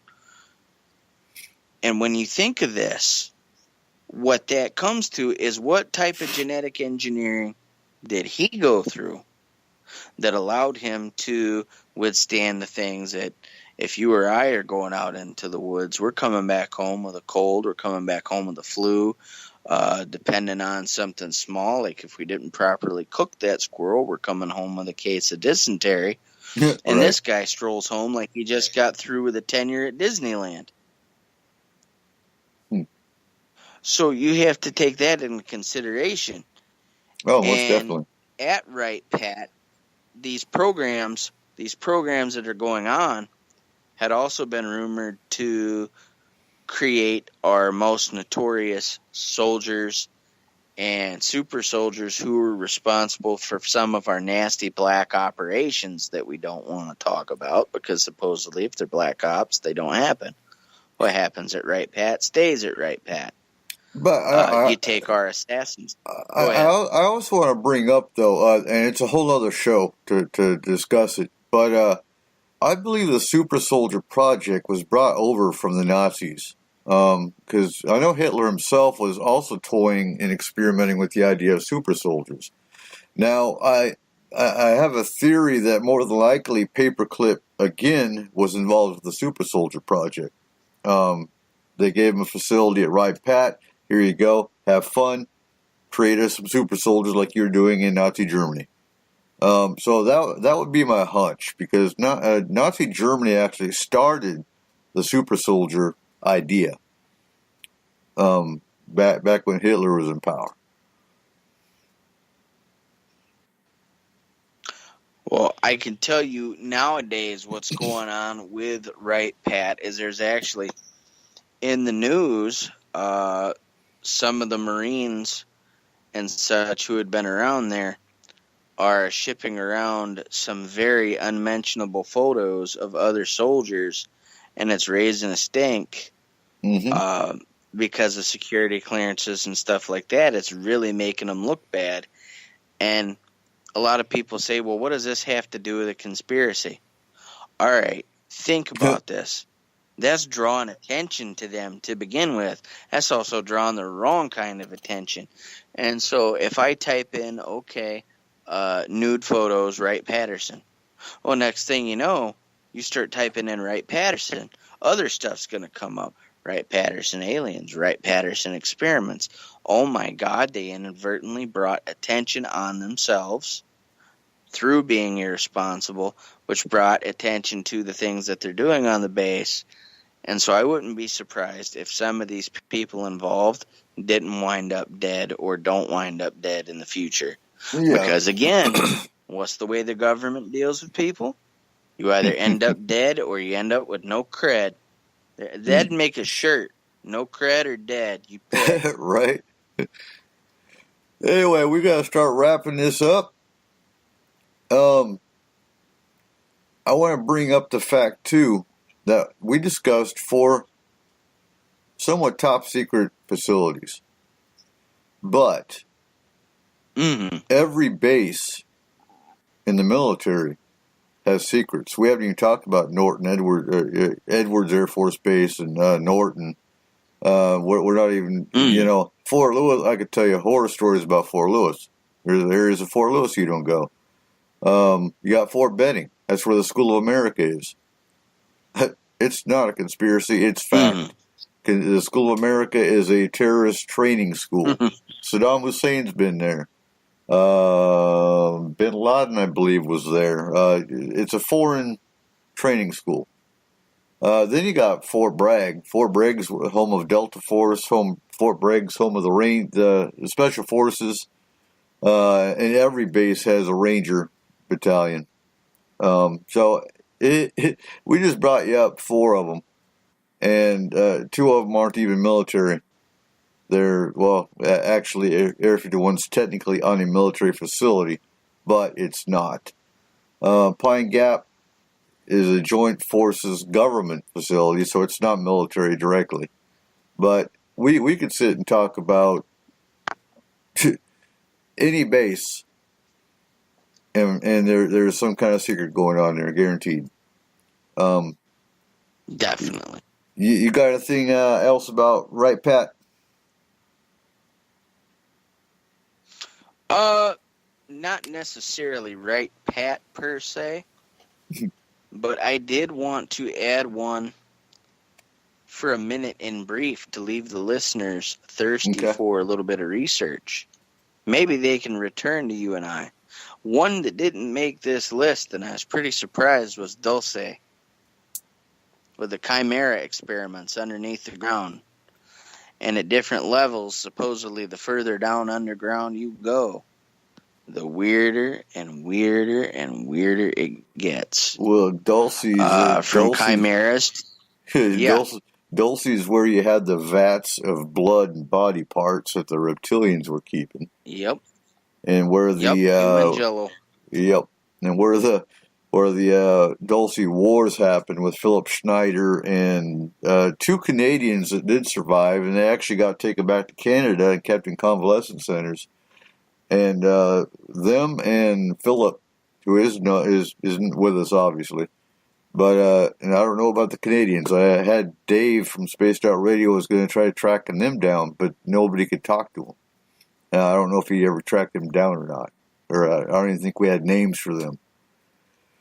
But I didn't bring up Dulce because we've only got 2 hours, and we actually went overtime a little bit. Yeah. But yeah, there's always another program. Oh yeah, most definitely.